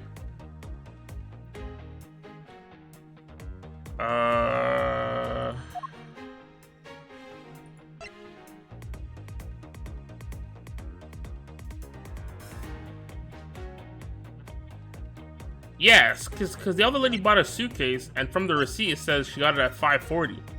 So between 5:40 and 6, she had to bring it. She had to have brought it back at some point. Take that! I wonder if you'd be so kind as to take a look at this receipt, Miss Meal. Huh? A receipt for what?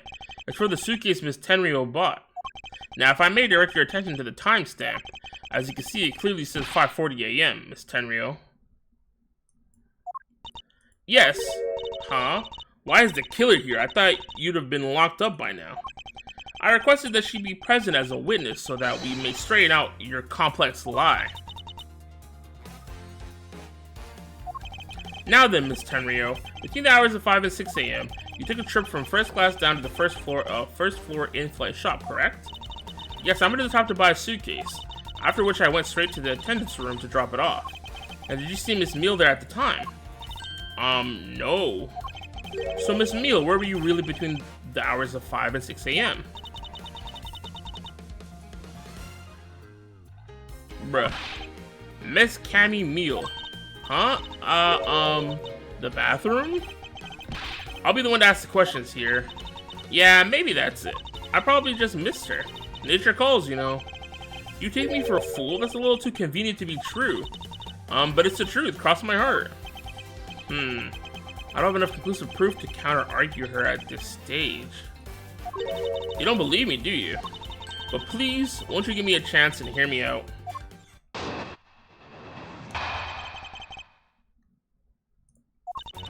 I know you're suspecting me because I'm one of the crew. But you think then maybe you should also suspect Miss Rhoda too. She's the one in charge of the elevator keycard in the shop, you know. If you ask me, that makes her super suspicious.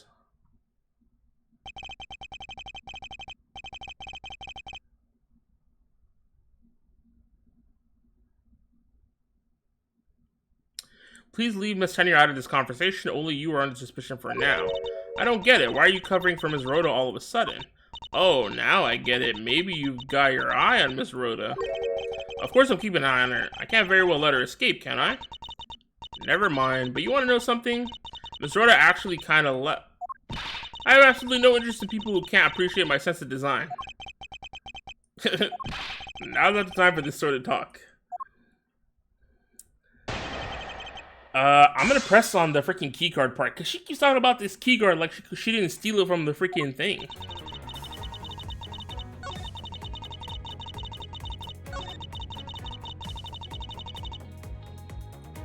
Hold it! And what are you in charge of, Miss Meal? I take care of the attendance room. That doesn't count. But I spent so much time in there, it might as well be my responsibility.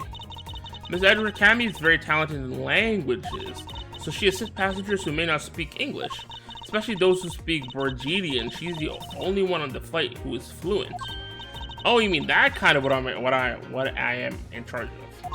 Why didn't you say so in the first place? What else could I have meant? Yeah, so I'm really good at Borginian. She's fluent in Borginian. Then I suppose you're in charge of processing documents in Borginian. Yeah, I take care of anything that has to do with Borginian. Oh, she's cooked. Very interesting.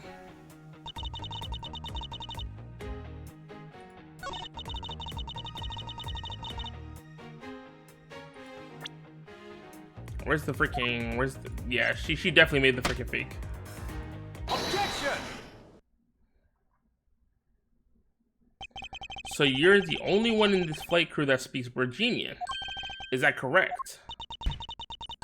Oh, yeah, I guess so. I studied abroad in Virginia for a while. Is she finally waking up? If that is the case, then the signature on this document belongs to you, doesn't it? This is a falsified piece of documentation with only one purpose: to lead anyone who read it to believe that the Mr. LeBlanc statue was loaded in Europe. The only person who could have either prepared or processed this document in Borginian is you, Miss Meal. No reaction? Without your participation, the smuggling of the Olive Red could not have occurred. She doesn't care, bro. She really don't give a fuck.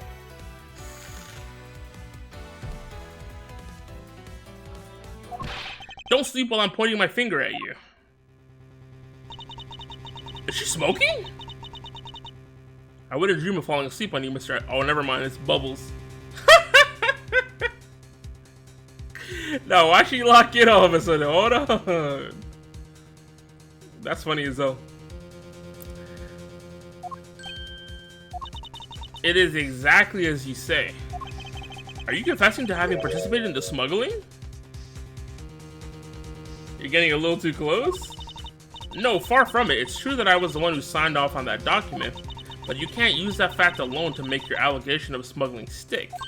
There is no direct correlation after all. Yo, it's a giant-ass bubble.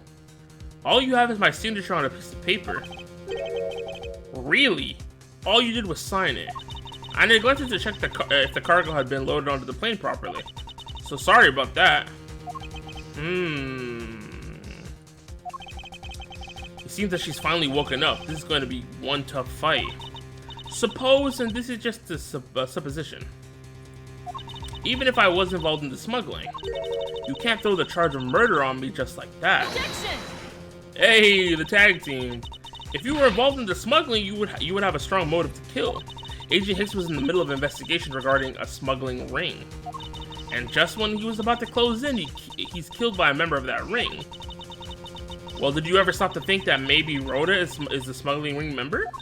After all, unlike me, Rhoda has access to many things on this plane for work purposes. Yo, she shot a bubble beam. So perhaps there is some element of a setup at play in this case. What are you talking about? Don't worry, I wasn't talking about you. I meant the killer. First, it was myself, and now it's Miss Tenryo who's under the microscope. Seems to me that our killer is going to great lengths to pin this crime on anyone they can. You have no proof that Rhoda is being set up, or that she isn't. Actually, I believe she was indeed the intended target from the very beginning. What? I believe the plan was to push all the blame for the crime onto her. And this evidence will prove my suspicions. This proves the killer was out to frame Miss Tenryo from them. What proof? Oh, you know what? It's probably the suitcase, huh? Because she's the one who made these freaking ugly ass suitcases. And that's why they put the body in the suitcase too. Take that! The killer could have hidden the body anywhere, and yet they chose the suitcase. Yeah, so I'm guessing Cammy knew that Rhoda was buying these suitcases every flight. Why is that? Perhaps it was to move the body up from the lower deck to the first floor. However, why go through the trouble to do so? Yo, look how pissed she is. The only way all of these actions make sense is if the killer had wanted to frame Miss Tenryo for the murder. Miss Tenryo buys a suitcase on every flight she works without fail, but should her suitcase be switched with the one containing the victim's body, that would put her in a very tight spot. Unfortunately for the killer, the turbulence put an end to that plan. There wasn't enough time to put the body back into the suitcase, ergo they made do with whoever was at hand adapted their plan, and tried to frame me as I lay unconscious on the floor from the turbulence. The killer then went to hide the suitcase in the flight shop, and brought the piggy bank to the elevator in order to fabricate a false weapon. A lot of work for a fruitless endeavor, wouldn't you agree? Sounds like the killer had a tough time too, huh? I mean, why did the killer need to frame someone that badly anyway? That's because of the special circumstances surrounding this particular case. What special circumstances did he need? Freaking where the murder took place, right? The special circumstance is simply that the murder took place on a plane mid-flight. No matter which country, customs is quite strict on in this day and age. So no matter what you do, the chances that the body will be found is very high. Therefore, there was no choice but to frame either Miss Tenryo or myself. In other words, the only one who fits within the boundaries of the criminal's movements is not Miss Tenryo or myself, but you, Miss Cammy Meal. Only you and you alone could be the killer. Oh, she hit him with a yawn. And are you done already? I was about to fall asleep again. Anyway, let's be honest here. You don't have anything on me other than a whole lot of circumstantial evidence. Actually, not wrong.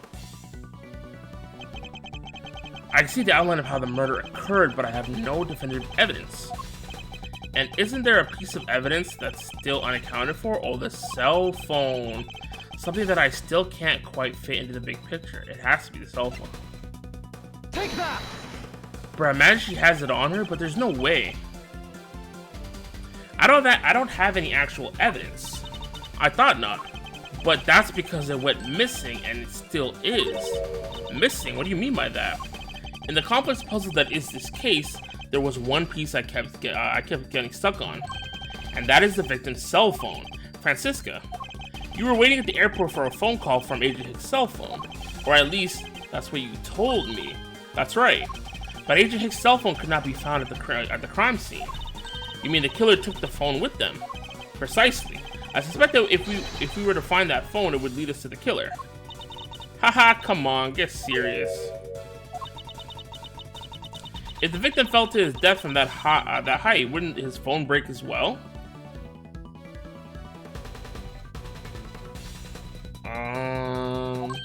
We won't know until we try a little experiment, will we? Francisca, I'd like to ask for your assistance. You know the victim's phone number, do you not? Of course I do.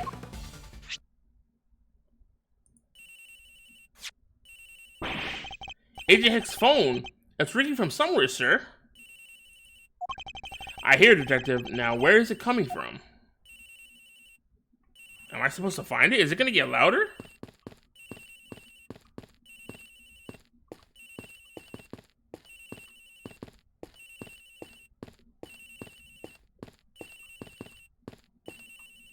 It doesn't sound like it's getting louder.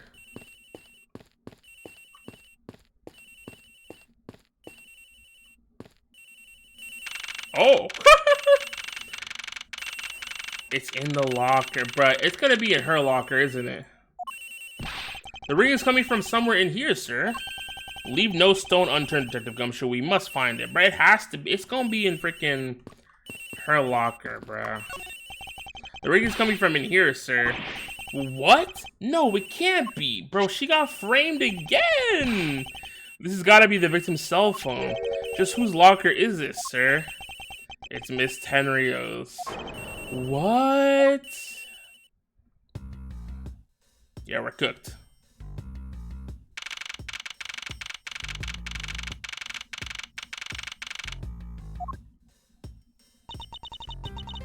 So, Mr. Edwards, how did it go? Where did you find the phone, bro? She planted it in there. I found it in the flight attendant's room. In Miss Tenryo's locker. What? But Rhoda Tenryo, I don't know anything about the phone. It wasn't me. It wasn't me. Miss Von Karma, is it? I suggest you arrest Miss Rhoda Tennier right away. Objection!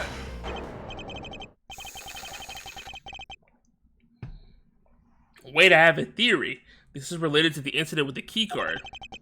When the killer went to steal the keycard, they conveniently stashed the phone in Miss Tennier's locker at the time. Objection! This is related to the keycard, alright. In the same way that we have zero proof that the killer did just that. The only voice that sings the truth is evidence. That is the one bird we cannot ignore. What should I do? Francisca's right. I can't offer baseless conjectures at this point. Alright then, why did the culprit take the cell phone from Agent Hicks? It must have something very incriminating on it, or in it. Hold it! What now, Miles Edgeworth? It's not over yet. We have yet to figure out why the killer took the phone. What? Inside this phone lies the final piece of incriminating evidence that will point us to our killer. Okay. Need to examine this phone in more detail. Okay, first of all, this should crack this out, which makes sense because it fell. The LCD is broken. Without a screen, you can't even place a call with this.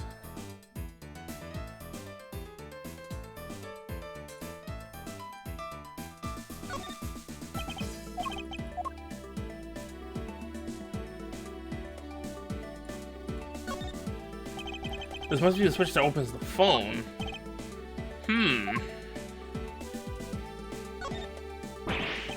When did they start putting keyboards like this into phones? Hey, this is one of those computer cell phones, and that's what it was all the clicking he was talking about. Okay. Computer cell phones. Yeah, it's got a computer in it, and it's a cell phone. Neat, huh, Mr. Edgeworth? All you need in the phone is the phone part, nothing more. I'm guessing yours can't even send out email. Talk about inconvenient. Do you have a problem with what I do and do not care for detective? No, sir. As they say, simple is best.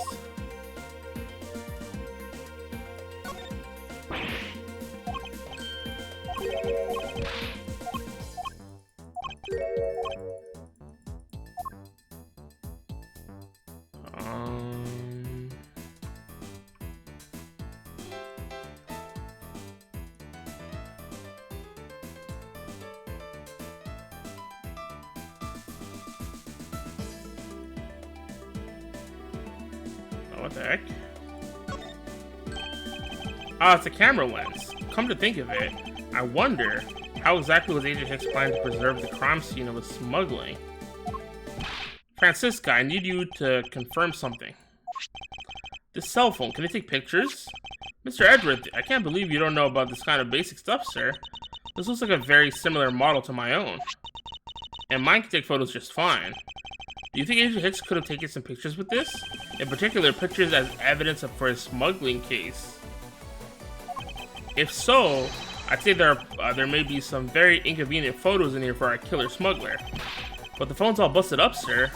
Even a super prosecutor can't repair a broken phone. I'll find a way, don't you worry about that. Yawn. May I go back to sleep now? Objection! The LCD screens on the inside and outside are broken, that's for sure. But that's also a reason enough to believe that the killer wasn't able to erase the data. What? What do you mean by that, Francisca? It looks like our killer isn't very familiar with electronics. His phone still rang when it called, meaning only the LCD screens are broken. It's possible that the photos are still inside waiting to be accessed. All we need to do is transfer the data to my phone. Francisca, your phone, if you please. Very well. It's transferring. Alright, displaying it now. This is... Agent Hicks was most certainly trying to obtain some evidence for his smuggling case.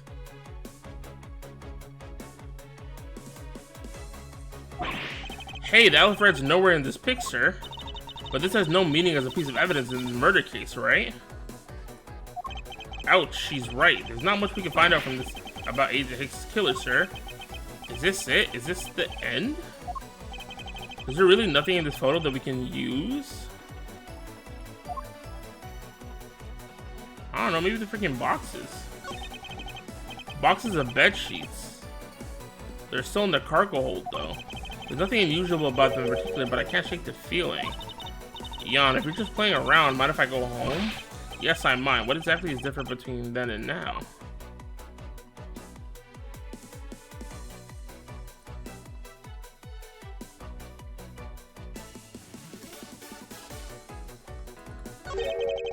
What's all this? Oh, they are cargo ship from Borginia to Zhengfa.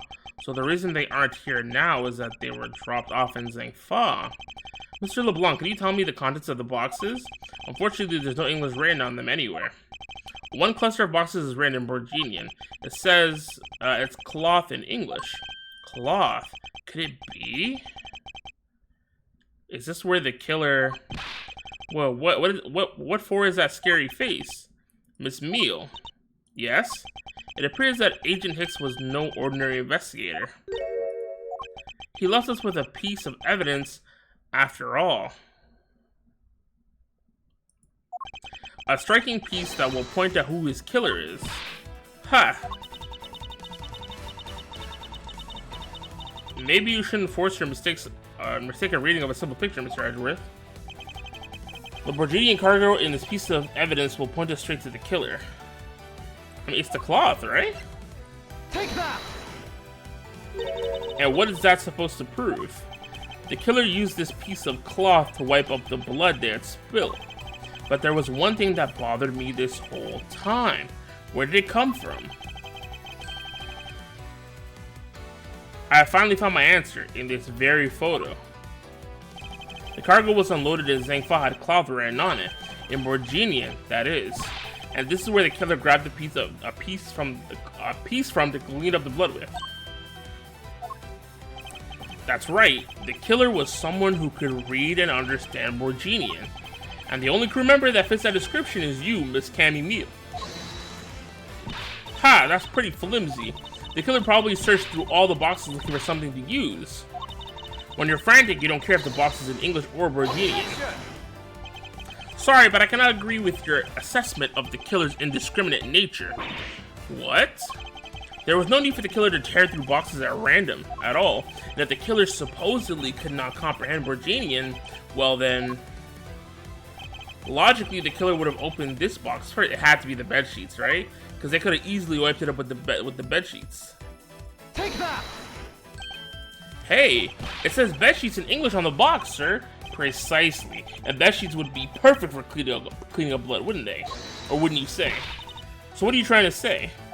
That if I were the criminal, this box of bed sheets would have been what I would have spotted first.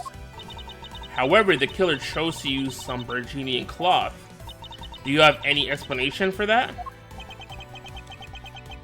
The killer didn't want anyone to know the real scene of the crime was this cargo hold, so they were afraid to leave signs that the box for the sheets had been open. However, the Borginian cloth, well, that's a horse of a different color, because the killer knew that it was going to be unloaded in the Republic of Zhengfa. That's right, that's why the Borginian cloth was used, and the only Borginian reader on board who can make such a calculated decision is you, Cammy Meal, you and you alone. Ugh. It would be very easy for us to confirm if any of the boxes were resealed. All we would have to do is contact the Zhengfa authorities in time. We may even find other evidence to incriminate our killer within these boxes.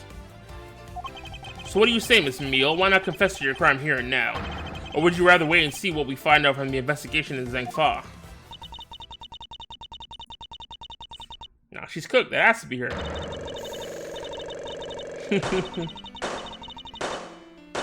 No! God damn.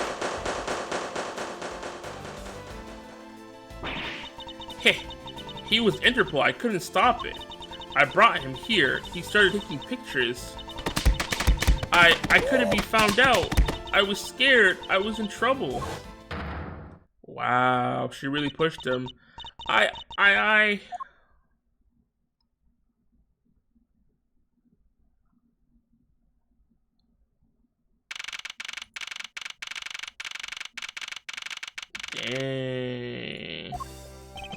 We finished making all the arrangements to take the suspect in, sir. Very good, Detective. What about the smuggling route? Did she say anything about that? They're taking her down to the precinct now. Hopefully we can get more out of her there. Wherever we even approached the topic, or whenever we approached the topic, she just started foaming at the mouth. It was scary, sir. She probably wasn't prepared to commit a murder all of a sudden. One thing is for sure, the ring behind this whole mess means serious business. It looks like there's a lot more to this case than meets the eye. I hate it here. Mr. Edgeworth, I just wanted to say how much I appreciate everything you did. Thank you very much. It was nothing. In fact, I should be the one thanking you for your cooperation. But truly, if it wasn't for you, I might not be here right now. Instead, I can continue to serve our passengers as a flight attendant. I hope that, well, please accept this as a token of my appreciation. I see. You don't have to take it if you don't want it. No, I mean, I would never turn down a lady's generous offer. Oh, thank you. I'm sure it'll serve you well. And remember, we here at GoU Airlines are always ready to serve, Mr. Edgeworth. Thank you, I'll keep that in mind. Now, I must bid you farewell. May all your skies be blue no matter where you go.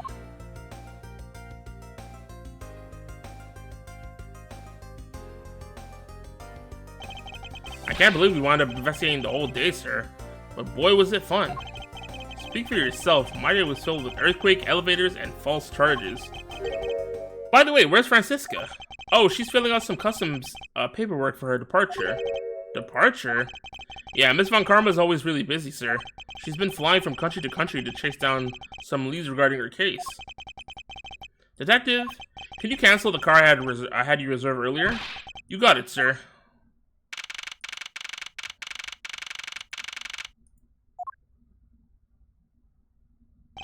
Francisca, I thought I told you when you first landed, I have no time for idle chatter. I have no intention of wasting your time. However, it's been a while since we last met. I also have no time for such familiar reminiscences. Just who do you think I am? You are Francisca Von Karma, a very proud prosecutor deserving of much respect. Until only a little while ago, I was but a wretched mutt who was always losing to you. A dancing period, living her life on the name and fame her invisible father built. Sure, your father, Manfred Von Karma, didn't lose a single case for 40 years as a prosecutor. However, I wouldn't say he was invincible. What are you talking about? I mean, he committed a freaking murder, bro. Your dad's in jail right now. Your dad's a bum. The group I'm on the trail of is a little more troublesome than most. The smuggling route was found this time. We found this time as only one sliver of the big picture. Why she got Noel themselves? What's up with her? Just know she's just as racist as Noel. And she uses that whip all the time. It's just really messed up. What's up, Kiza? Sounds like a dangerous assignment. You really don't have to worry. I can take care of myself. Yes, I suppose you can. Plus, there's another agent on this case with me. Oh, another agent? He's a star among Interpol agents and has the highest successful arrest rate. Who knows, you may even run into him one day. I was simply caught up in this one case. I hardly see why we would cross paths. Bro, he's acting like his office didn't get freaking raided and stolen from. He's already in too deep, he doesn't even know. I need to lock in on Ace Attorney. I do like one case a year since I got it. Bro, it's the cases are fun. I really enjoy playing these games. Well, are you still in the first game, or have you been getting through the trilogy? I suppose, but I doubt he would say the same. I'm not following you. You'll understand soon enough. The fight has only just begun, Miles Edgeworth. I'll be back in this country soon enough. And when I am, you can be sure I'll pay you back in full. First game? Ah, true. I mean, even the first game is long as hell. All of these games are long. Well, I mean, in the trilogy at least, they were long as hell. In this spin-off, they haven't been too long.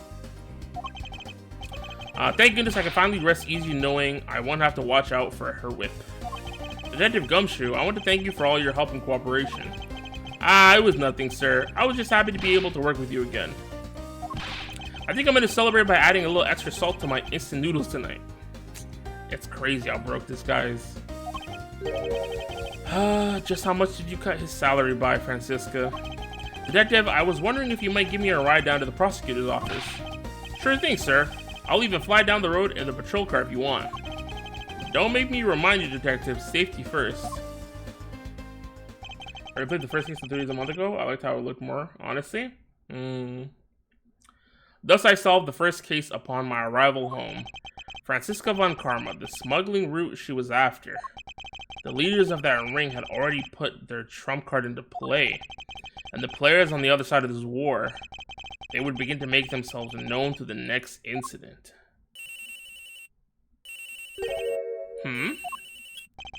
Edward speaking. Ah, finally, I called who knows how many times earlier, but I couldn't get through. And you are? Have you forgotten my voicemails, my boy? Oh, is it the other guy? Mr. Amano, Ernest Amano, correct? Ah, so you do remember. I know it's rather sudden, but I can't ask this of anyone else. There's been an incident, Miles.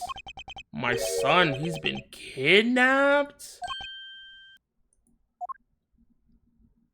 Also, I think I was thinking of a different person. I was thinking of that old guy that taught Phoenix's mentor how to be a lawyer.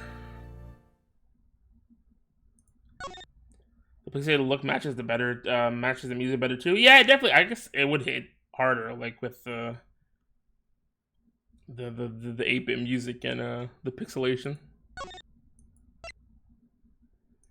Yeah, I mean this is a spin-off game, so I don't know if we'll see Phoenix in this one, but who knows? Bro, where's Justin? Justin and Ray, you guys are cappers. You guys said 30 minutes? That was an hour and a half. It was not even an hour and a half. It was damn near 2 hours, bro.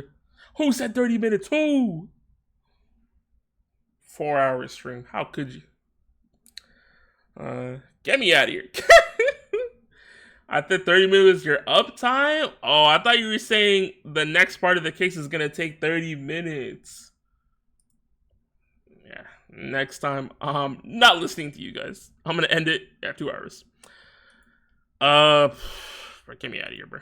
I gotta play with Musume, bro. The game's out and I'm missing out. Is there anyone live that I want to raid? I hate how Twitch auto plays freaking stream, bro. That shit pisses me off. Yeah, the game's out, bro. Who's live? Who live? Sasu's 53 viewers. Okay, Sasu, you're cooking.